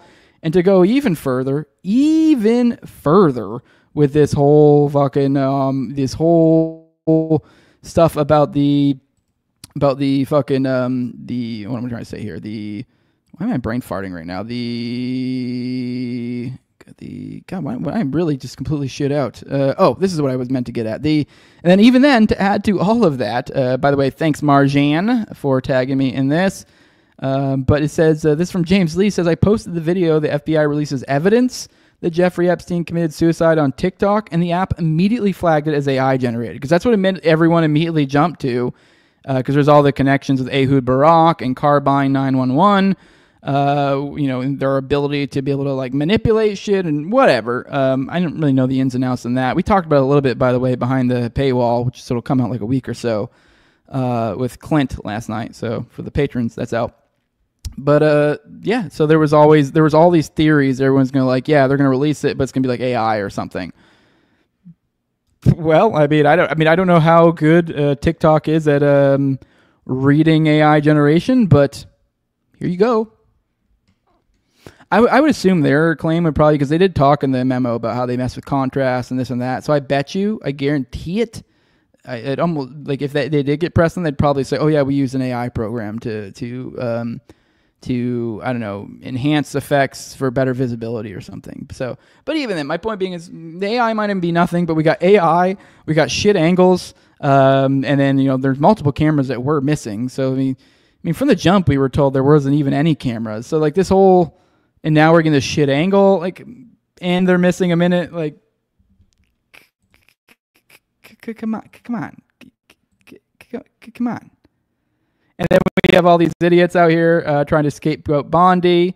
I just shared my tweet here, but I find it ridiculous. I mean, kind of to touch back on how we were talking about Tim Pool a little bit ago. It's kind of like, I really wasn't even expecting the herder Democrats thing, but the Bondi thing has been the number one go-to for everyone. Oh, fire Bondi. Bondi.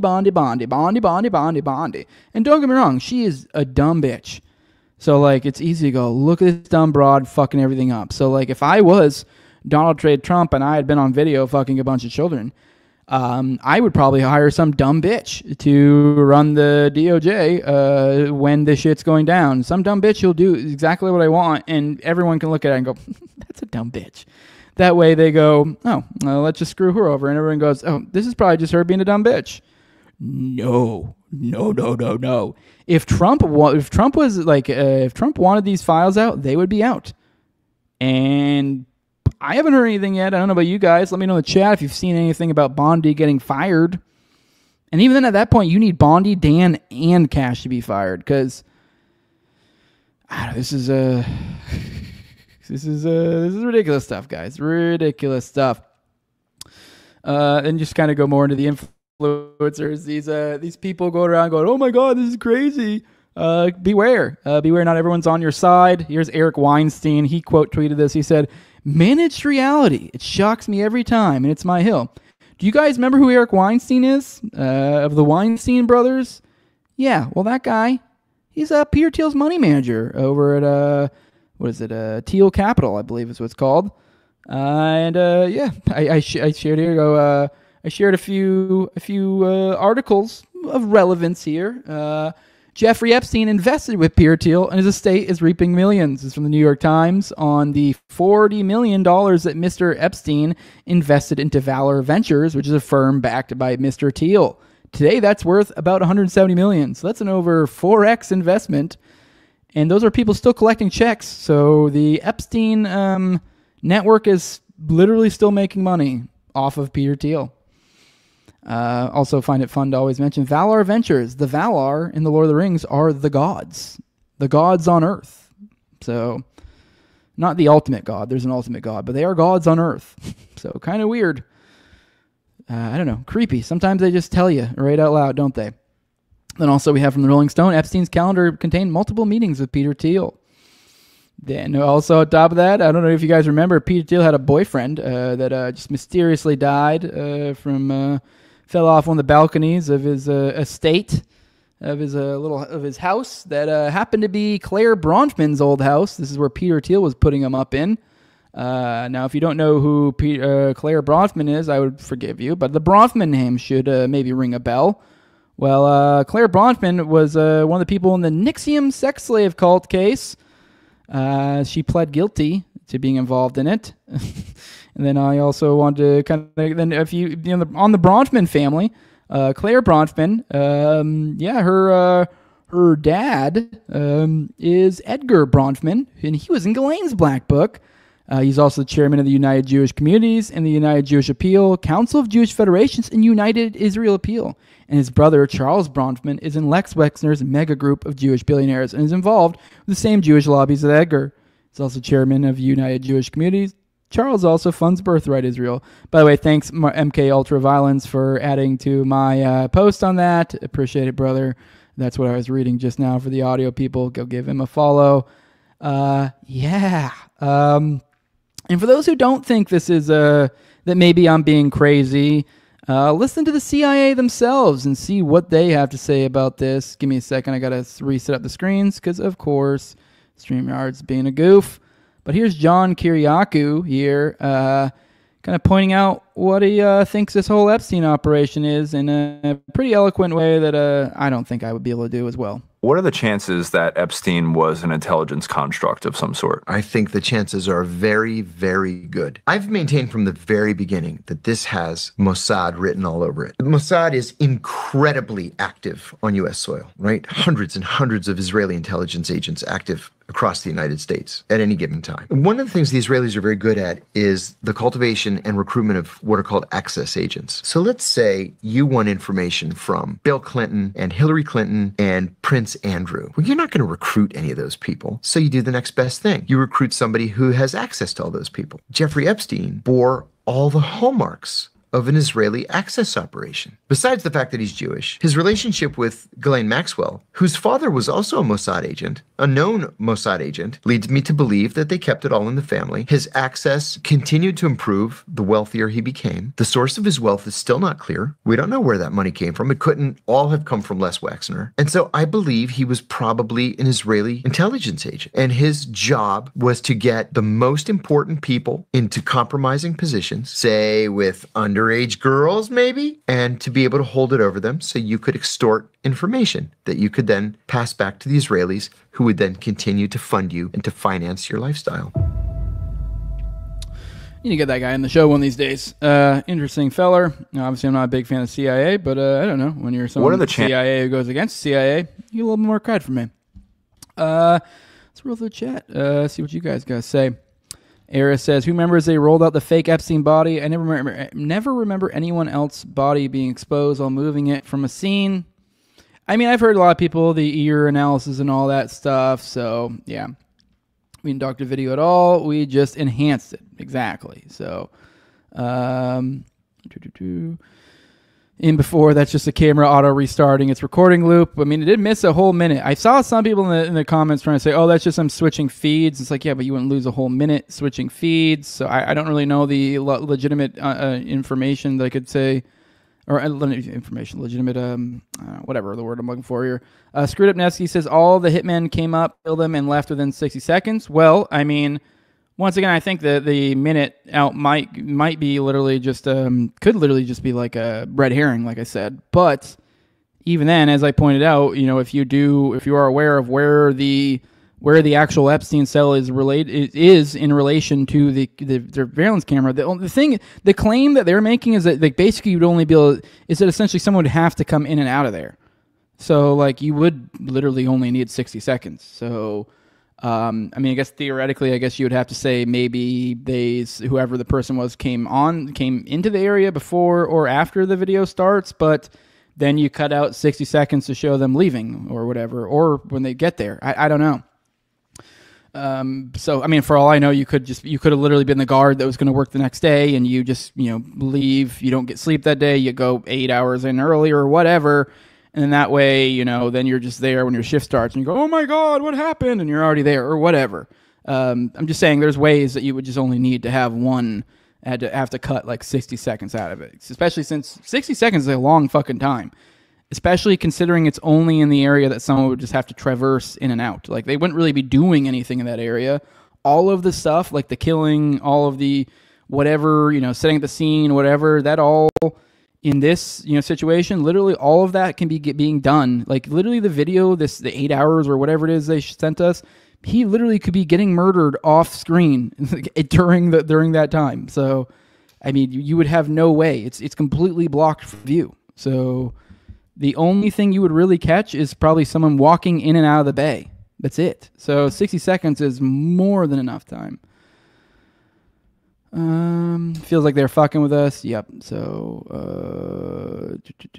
as it starts to get to midnight, you can start seeing a white menu bar pop down from the top right. And there's this thing about the hooded person that goes in and comes out right before Epstein. Yeah, I know there's people who said something about there's a person that went in and out, but it's like between all the other things, I don't really know what to make of that. I mean, that could be another door. I don't know. Jesus says Thiel's one of those creeps who injects himself with kids' blood. Brags about it publicly. He's definitely a vampire. Yeah, it's Ambrosia Company or whatever. It's weird stuff for sure. All right. Let's share this one. This is from Booty. I guess to kind of go into this is twofold. This is influencers and kind of the odd way they're behaving. Although I don't know if I'd consider Michael Tracy. I guess he is an influencer, but he's more of like a journalist. But he's a big journalist, so he's influential as well. But I mean, so this is twofold. We're going to provide some examples of the fuckery of Epstein here. Plus, it's just bizarre to witness.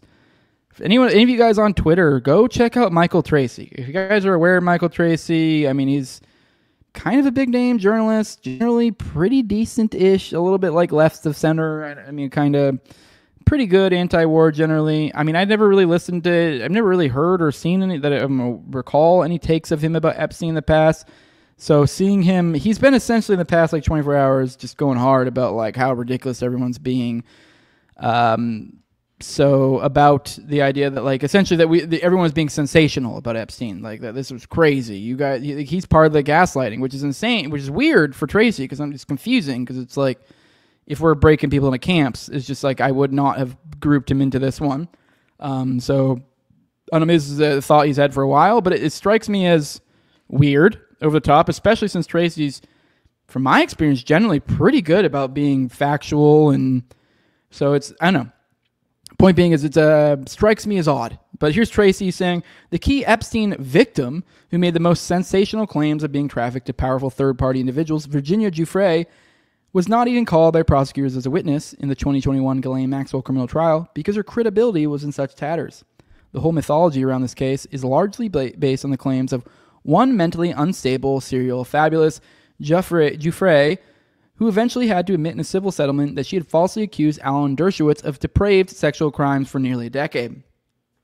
Nonetheless, she was able to eventually extract a few million pounds from Prince Andrew The only other third-party individual she actually sued, despite naming a huge array of prominent individuals over the year, with zero credible evidence, despite having the dogged assistance of some of the most high-powered attorneys in the world.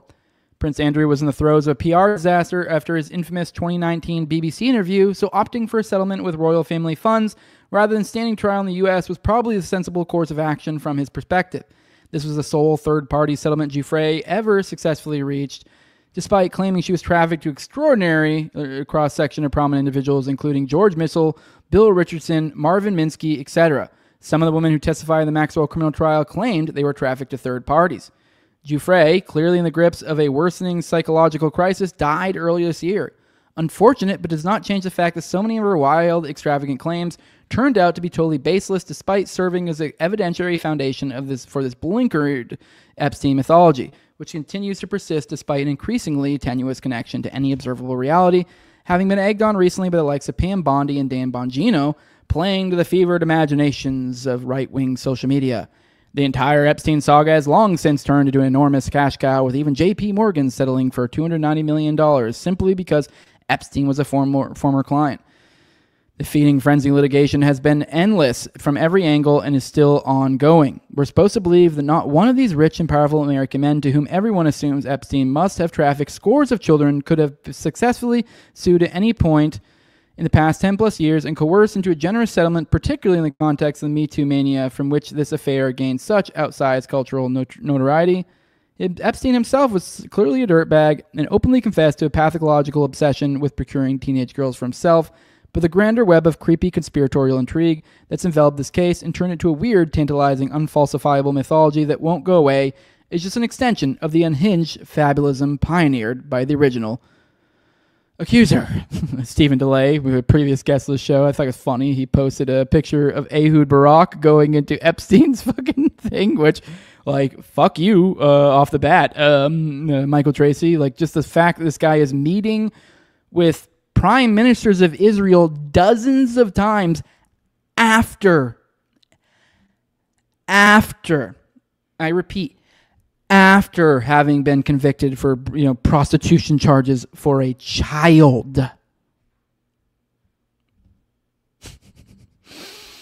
So I don't know. It's just Tracy being like, I don't know. He does strike me as someone who is a respectable journalist kind of type. They're like, oh, that's just ridiculous. Like if I was to tell him about the, like, if I was telling him about the Franklin scandal, like, and it wasn't sitting here with like receipts on me. Like if I was just on a train, he'd be like, he'd be the guy probably like humor me and probably wouldn't say shit, and his head be like, that's ridiculous. That's just ridiculous. Oh, high-powered men were raping children? That's just ridiculous. Are you telling me sexual ritual abuse? That's just ridiculous. Like, he's that kind of guy. So I could see that. But, I mean, this is such a crazy length that you're like... And also, for being someone who's kind of the respectable journalist, you'd think, a dedication to logic. I don't know. I don't see this as a through line of logic. A logical through line. Now, this is someone who defers to the legal system and goes, well, the legal system said this, so therefore that. And by the way, I'm completely open to the idea that maybe Giuffre is just some fucking loon, or was. Obviously, he's dead. I don't fucking know. I don't know. But I mean, I don't know, this fucking diatribe here, nothing about that makes me, I don't read this and go, Virginia Giuffre is clearly batshit. Because he starts off with, her credibility's in tatters. Then she goes into this and that and how she this and, she didn't sue that person, this person, that person. Each one of these is incredibly easily explainable. Like, as if this was this easy thing that some lady who was trafficked to elites is just going to willy-nilly just sue everybody. And you're like, okay, well, so she... As if she's just going to have evidence on it. Hell, I used to joke all the time because I found out the stat once. I don't remember what it is. Was it like 60? Look up for funsies. I mean, it's kind of dark, but look up the conviction rate for rape versus, I guess, even the accusation rate. And then take into account how often people don't even accuse. You're like, so now if you're talking about something like child prostitution from something a long time ago that you're accusing the most rich and powerful people in the world of such, I mean, yeah, you're going to need some goddamn fucking receipts and a good life insurance policy, aren't you? So this idea of like, oh, well, she's clearly has no credibility because blah blah blah blah. Oh, well, she admitted in a civil settlement that she falsely accused Alan Dershowitz. Oh, Alan Dershowitz? You mean the legal counsel to the fucking elite? She backed off on one of her claims.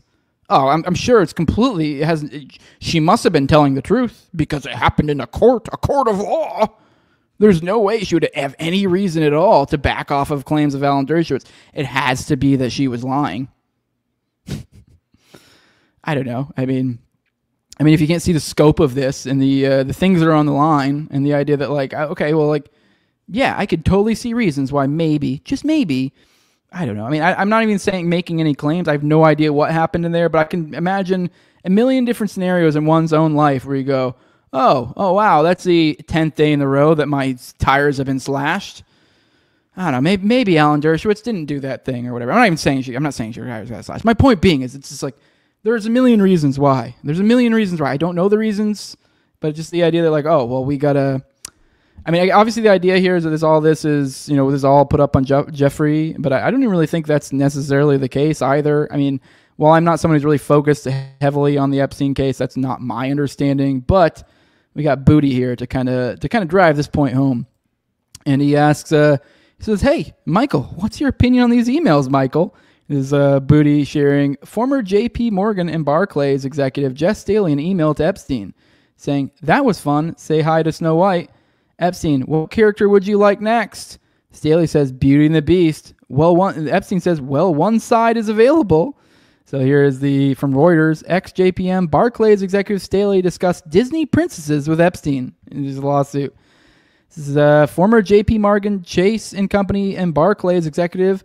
I remember he mentioned J.P. Morgan in this, like, oh, J.P. Morgan had to chill out millions of dollars. Oh, this is how crazy it got. Yeah, well, that J.P. Morgan guy, yeah, well, he was discussing Disney princesses with Jeffrey Epstein. So yeah, he discussed Snow White, Beauty and the Beast, series of emails with sex offender Jeffrey Epstein, who also allegedly shared photographs of young women with the banker, according to newly unsealed court documents. The alleged email exchanges between Staley, who was CEO of Barclays, and Epstein in 2009 and 2010 are contained in a lawsuit filed by the U.S. Virgin Islands against Staley's former employer, J.P. Morgan. The U.S. Virgin Islands, where Epstein owned two private islands, is that J.P. Morgan facilitated and sustained Epstein's sex trafficking over 2 decades.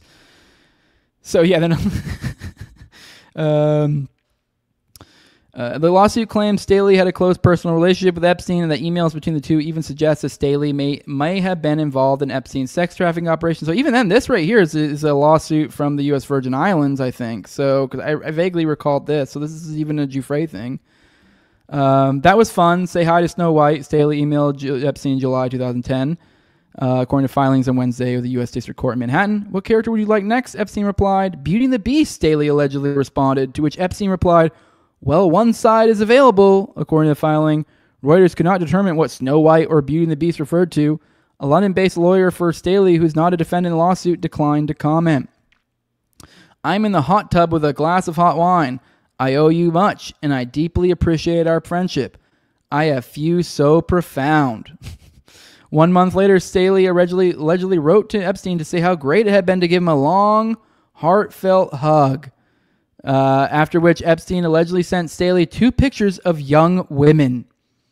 Epstein was a client of J.P. Morgan from about 2013. Staley served in a variety of senior private banking and wealth management roles at J.P. Morgan until leaving the bank in 2013. Epstein was found dead in Manhattan's jail cell in August 2019 while awaiting trial on sex trafficking charges.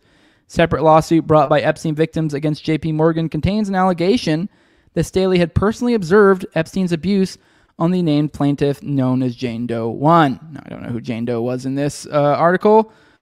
Well, you might think that was it, but no, Booty's not done. And he goes, and this. Jeffrey Epstein facilitated a meeting between Benjamin Netanyahu and Jess Staley, the J.P. Morgan head, which I think that was the guy we just mentioned, who was extremely tight with Epstein and loved to rape. Here is the excerpt here. It says, Epstein may have facilitated a get-together with J.P. Morgan bosses and Israel's Prime Minister Benjamin Netanyahu, too, according to the Daily Beast. In March 2011, a bank employee sent a message to Staley and other senior executives stating, against all odds, we have been granted a meeting with Prime Minister Benjamin Netanyahu. Staley forwarded the message to Epstein, to which Epstein responded, "Surprise, surprise," the Daily Beast reported. And then here you go. Staley, here's something else corroborating this. Staley forwards a message from JPM, where JPM employees are excited about pulling off a meeting with Prime Minister Benjamin Netanyahu. Staley says thanks to Epstein for this. Surprise, surprise, Epstein answers. So here we go. He says, okay, so they left out in the last one the thanks. So that's the difference here. So they left out in there. It says, against all odds, been granted a meeting with Netanyahu. Staley then forwards the note to Epstein and writes thanks. So okay, so he forwarded another email to Epstein, kind of be like, hey, this is essentially an email chain, being like, oh, cool, this is what's happening, and then puts on it thanks. So it's a forward essentially. He writes back, surprise, see, surprise. So yeah. And then he goes, Michael was wondering about your opinion on these emails that show Jess Staley, the CEO of JP Morgan, was almost certainly having sex with girls trafficked by Epstein, and also that Epstein somehow arranged a meeting between Staley and the current Prime Minister of Israel. To which I said, Michael, penny for your thoughts, and shared this delightful video. What's this, you fucking piece of shit? What's this? Huh? What's this, motherfucker? What's this? Huh? What's this? What the fuck is this, motherfucker? Huh? What's this? Yeah, so Booty cooked him. He should have ratioed him. I don't know. Actually, he did ratio him. Holy shit. Hell yeah, dude.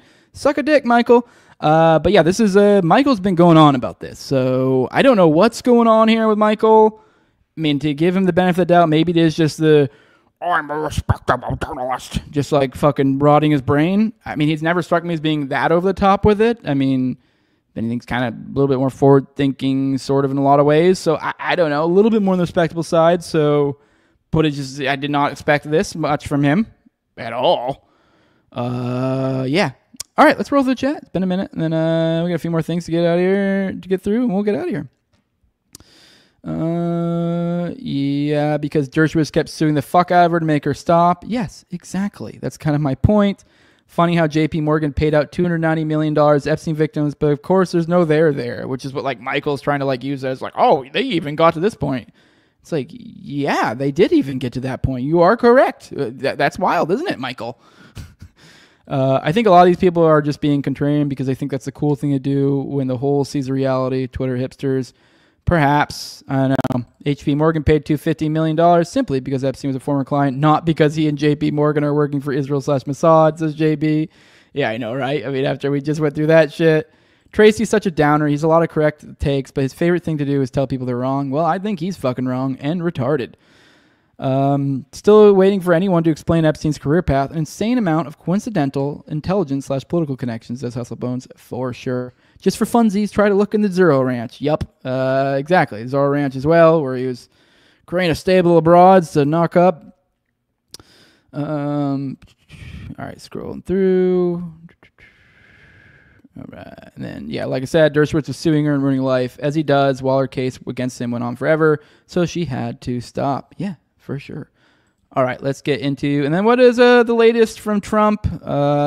This latest is the FBI under the direction of Director Kash Patel, and that's an awful Trump. I don't know what that was. Ignore that. Strike that from the record. That was awful. Whatever that was. I'm just gonna read this normally. I don't know why I went for a Trump impersonation there. The FBI under the direction of Director Kash Patel and Deputy Director Dan Bongino is back to the basics, locking up criminals and cleaning up America's streets. We have the greatest law enforcement professionals in the world, but politics and corrupt leadership often prevent them from doing their job. That is no longer the case, and now they have been unleashed to do their jobs, and they're doing just that. Keep it up. Make America safe again.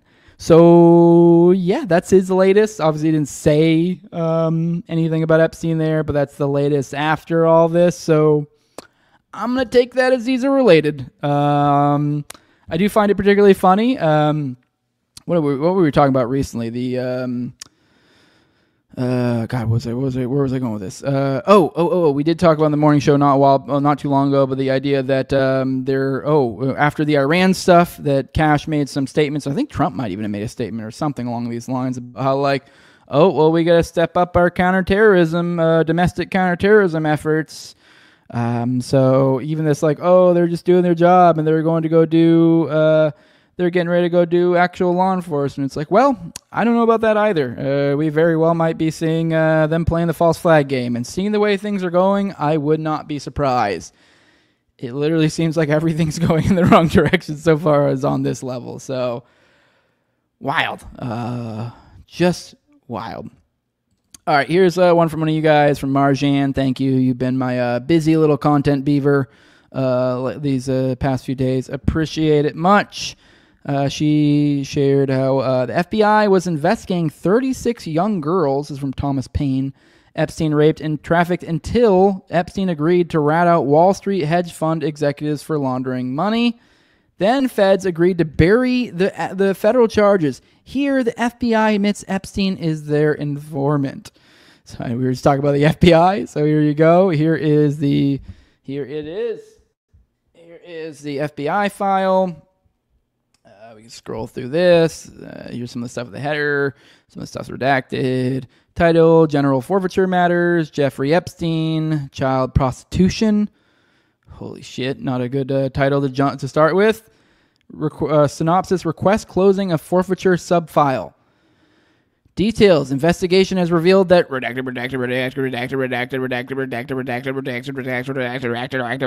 Palm Beach, Florida, which is redacted.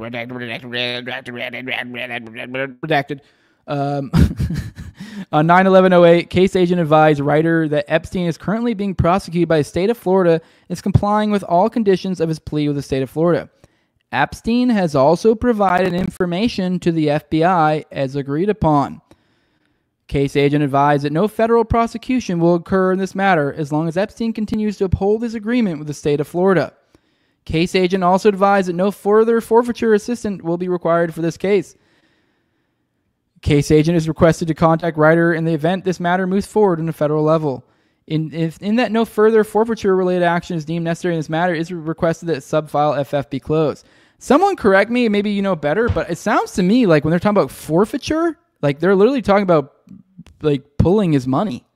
So that's my understanding of what forfeiture is. For example, I know that in the military, that was one of the things they could get you for if you got in trouble for, say, you smoked weed or whatever, and they busted you in a piss test. That's one of the actions you could get. Paperwork, you can get an article. You can get forfeiture of pay, which means they dock some of your pay. So given that Jeffrey Epstein prostitution, there's a money component here.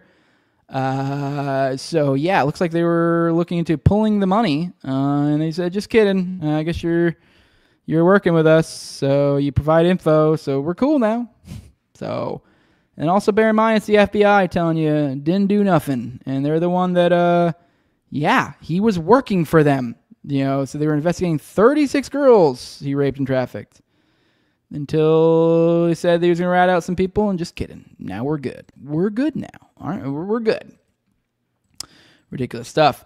All right, into the last story for the day. Let's roll through the chat and then see what you guys got to say before we get on out of here. 0 criminals involved. Epstein locked up. Yup. They're priming the pump for a FF, false flag, with all their Iranian sleeper cell nonsense. Yeah, it sure kind of seems that way, doesn't it? Seems we are primed. Although, it's there's going to be no organic. The organic component of this is going to be just so fucked. I don't know. This is like a demoralization campaign we're just seeing play out, everything. It's wild. So it's are they still... I don't know. How does MAGA... I don't know. It'll be interesting seeing in the next few days how MAGA unfolds, because it's just... more and more I'm becoming goddamn Nostradamus here, and in 5 years, all of us here are going to be not all of us, but we're probably gonna be chilling with the new group, which is they're gonna be a center left or something, and we're gonna feel oddly comfortable there. And I don't say that to say that I'm center left. I'm just saying MAGA is gonna be so fucked, and just I don't know. I also think that maybe a lot of the Democrats may have learned their lesson from a while. So I mean, they got fucking thumped, and right at the time where fucking, the right wing shit the bed so fucking hard. So it's kind of like all the things we're seeing here, I can totally see the left being kind of fucking cool in the next 5 to 10 years. I mean, still shit on economics, obviously, but I don't know. The whole Trump thing shit the bed so fucking bad. It's ridiculous. All right, let's roll the chat. Actually, I already did. I'm retarded. All right, last thing for today. It's from Hustle Bitch. Sick name, dog. It says, holy shit, Texas cloud seeding CEO funded by Pierre Thiel connected to Palantir. Meet Augustus Dorico, a 25-year-old tech bro and Thiel fellow who founded the weather modification startup Rainmaker. A little on the nose. Usually they're more creative with their names. According to, like Mjolnir or something cool. I don't know. According to publicly available info, I came up with that on the fly. Mjolnir would have been a sick fucking name for a weather modification startup, right? You got Rainmaker? I'm kind of mad about that. That's what a fucking shit name. According to publicly available info, Dorico's company was reportedly cloud seeding over parts of Texas just 2 days before historic flooding hit those same regions, which we have not covered that story. For those who are unaware, there was a huge tragedy, I think, over the July 4th week. I want to say it was like Sunday. Bunch of kids, just like literally worst nightmare parent stuff. Like I think it was some either Bible camp or summer camp or something. Some sort of big flood hit it, and there were a bunch of young girls, and I think it was girls. Yeah, something ridiculous. I don't know how many are dead or what, but a bunch of them died. And luckily a bunch of them got rescued too. So there was some pretty heroic shit from some Coast Guard stuff done by the rescue. So, cool in that sense of just awful. Just, I don't know. I know I've sent my kids to summer camps before, and it's always that as a parent, you're always I don't know, something's going to happen because they're not around. And summer camps are very much they can do crazy shit, and you're I know that's worse. I know, literally a parent's worst nightmare. But anyways, on the cloud seeing things. But anyways, yeah, Peter Thiel, I think, murdered them, so... He received $100,000 through Pierre Thiel's fellowship, the same Thiel which co-founded Palantir, their surveillance and defense tech giant, tracking everything from Trump movements to civilian behavior. Let that sink in. Why is a Palantir-connected billionaire funding private weather experiments in Texas? Why is a 25-year-old with no public oversight allowed to modify the sky? They called it stewarding the natural world. That's creepy. Texas got biblical flooding instead. This isn't a theory. It's documented, privately funded, and totally unregulated. No vote, no consent, no accountability, just Thiel, money, weather manipulation, and flooded state left asking questions. Sources, Celia Farber, Substack, Thiel Fellowship, Scientific American. Look at this dude, though. What a sick fucking haircut. I got to give him props for that. Thiel probably was I don't even know what you got going on. Look at you. You're a fucking stud. I want your hole. Take my money now. That's all he probably said. And as a result, murdered a bunch of children just because he wanted some bussy. Some bussy. So the story of Pierre Thiel's life over and over again. He's like the Forrest Gump of getting bussy and then awful cataclysmic events happening. That is the story of Pierre Thiel's life. Someone should write that movie. Just Pierre Thiel's life just constantly falling into weird scenarios from putting his dick in the wrong place. That would totally make sense for Pierre Thiel. But it always weirdly works out for him. So, and then I just thought it was funny just because look at this fucking face. Here's Parapower napping, saying Pierre Thiel's face when he sees the Thiel Fellows Company clouds through the flash floods that swept away a whole summer camp filled with little girls in Texas. And here's him with his incredibly terrifying face in the interview in which he made the argument that he is not the Antichrist while looking and acting very much like the Antichrist. And then he shared this. This is Augustus Dorico, which I think is the guy we were just talking about. He says he was quoting. He says, "The natural disaster in the Texan Hill Country is a tragedy. My prayers are with Texas." He says Rainmaker did not operate in the affected area on the 3rd or 4th or contribute to the floods that occurred over the region. Rainmaker will always be fully transparent. So there you go. There's the guy that did the Rainmaker thing. So now we're in the place where they're just straight up saying yeah, we're making weather. Here's another one from him. He says, brother, this is on the 14th in May. He says, brother, I'm going to put Zeus and Thor to shame and flood the earth in a manner befitting of a disciple of the God of Noah. Okay, I don't know what the context there. Maybe it was an amazingly timed joke and that I don't understand the thing that preceded it, because boy, oh boy, does that not look good given the context of the situation here. Okay. Wow. Whoa. Okay, I just followed this tweet. Apparently there's a I didn't drown those dozens of girls shirts. What? Somebody said something about a shirt. Okay. All right, whatever. I'm not seeing where that's coming from. So yeah, that's a thing. I have no idea the credibility, what truth there is to any of this, but yeah, they're out there seeding clouds and murdering children. That's what the elites are up to these days. If they can't fuck them because they're too far away, they will summon clouds in order to fuck them with lightning and floodwaters. So one way or another, they're trying to fuck all the kids, and they'll do their best. They're working on it. That's what they're doing, guys. So hide your wife, hide your kids. Even outside's not safe anymore. All right, guys, let's roll the chat, and then we're gonna go on and get on out of here. We're done, guys. We're done. I think I have a fun little outro for you guys. It's been a while. I collected a few funny little ones this weekend because I'm trying to do fun little outros for you. I don't know. We're all doom and gloom here. Gotta have a little goofy fun. So yeah, what am I looking for? I'm sorry. I'm trying to vamp while I'm looking for the stupid fucking stupid thing. All right, let's roll through the chat. I found it. Let's go through. Let's see what you guys got to say. Let's get on out of here. Someone said unnatural disaster. There was a similar event that happened in the same area in River in 1987, just not as destruction. Yeah, I mean, I don't know. I'm not saying it's necessarily that guy, but it's like, hey, you got that guy going on over there. It's also funnier just to accuse Thiel of fucking murdering children with clouds. I don't know, something's hilarious about it. I've got a weird fucking floppy hair right here. What is going on with that? Oh, went to the wrong side. There we go. All right, guys. We're going to get out of here. If you want to support what I'm doing over here, leave a like, share, subscribe, comment. You 5-star review on iTunes or Spotify. Follow me on Twitter at TowerGangJose. I guess one of these days I need to change that or something. I don't know. Also, make sure to pop in tonight. Me and Austin on Already Dead. No guests, but I mean, we don't really need one considering this. I'm sure we're going to have a lot to say about me and Austin about the stuff that happened last 24 hours, 48 hours or so. Really past week. We have a lot to talk about. So I recommend you guys pop in. Also, if you guys want to see guests on Already Dead, throw it out there. Make suggestions. But at the highest level, for those who want to support the show directly with money, go to patreon.com/NoWayJose2020. That's the best way to support the show. I mean, I get it if you can't. Not everyone can. But it's as low as $2, and you get a bunch at the $2 level. You get access to early episodes. I try to keep about 4 episodes anytime behind there, and I put out about 2 of those a week publicly. So you got weeks of paywalled content back there.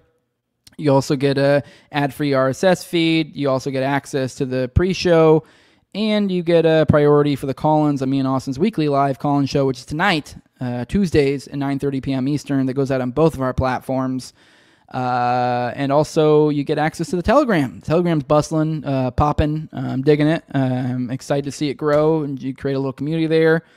And yeah, the highest level is my sponsors. I read them off every episode. Is a big thank you to them. I have my former co-host on Tower Gang at Tower Gang Toad, also at EpperGetDs, at ZOVRCK, at _InfantZeal, Tim Tuttle, at John Klebel, Will Bells, Delicious Blueberry Rabbit Eye Wine, Big Fan Show, Torm May, and Jordan Pearson.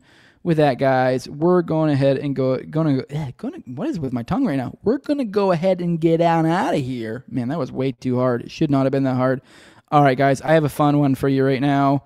As soon as my internet stops being gay. I don't know what's going on with it right now. All right, there we go. All right, I got a fun one for you. Someone said I should have Scott from History Homos. Ooh, that's a good suggestion. History Homos would be fun. Yeah, someone tag him online. Say, hey, you, go on Already Dead, and that way I'll remember. And if he says yes, we'll get him on. That would be a good guest. Dig Alive is like OKC stuff, and I don't know, just a lot of great stuff. But with that, guys, without any further ado, I have a kick-ass. This is a kick-ass. I have a new sponsor for the show. This is going to be the outro for today. It's also a new sponsor for the show. Times have been hard. You guys just haven't really been supporting the show that well, so I've had to pick up another sponsor. So if you guys don't like this, if you don't like me picking up shifts right now, then you guys need support. Patreon.com/NoWayJose2020. But yeah, until then, you're going to be getting stuff like this. So yeah, this is what you guys get. So it is what it is. So call in the number. I mean, support them for supporting me. I mean, if you're not going to support the show directly, but hey, I don't know, expect more stuff like this at the end of the show. So sorry, but love you all. Deuces. This big game that we play, life. It's not what you hope for. It's not what you deserve. It's what you take. I'm Frank T.J. Mackey, a master of the muffin, and author of the Seduce and Destroy system, now available to you on audio and video cassette. Seduce and Destroy will teach you the techniques to have any hard-body blonde just dripping to wet your dock. Bottom line, language. The magical key to unlocking the female analytical mindset. Tap directly into her hopes, her wants, her fears, her desires, and her sweet little panties. Learn how to make that lady friend your sex-starved servant. I don't care how you look. I don't care what car you drive. I don't care what your last bank statement says. Seduce and Destroy produces an instant, money-back, guaranteed trance-like state that will get you this naughty sauce you want. Fast. Hey, how many more times do you need to hear the all too famous line of, I just don't feel that way about you? Order now and get the entire Frank T.J. Mackey Seduce and Destroy system with Frank's personal magical key guarantee for the low price of $29.95 plus shipping and handling. Call 1-877-TAME-HER. That's 877-826-3437. Or check out our website at www.seduceanddestroy.com.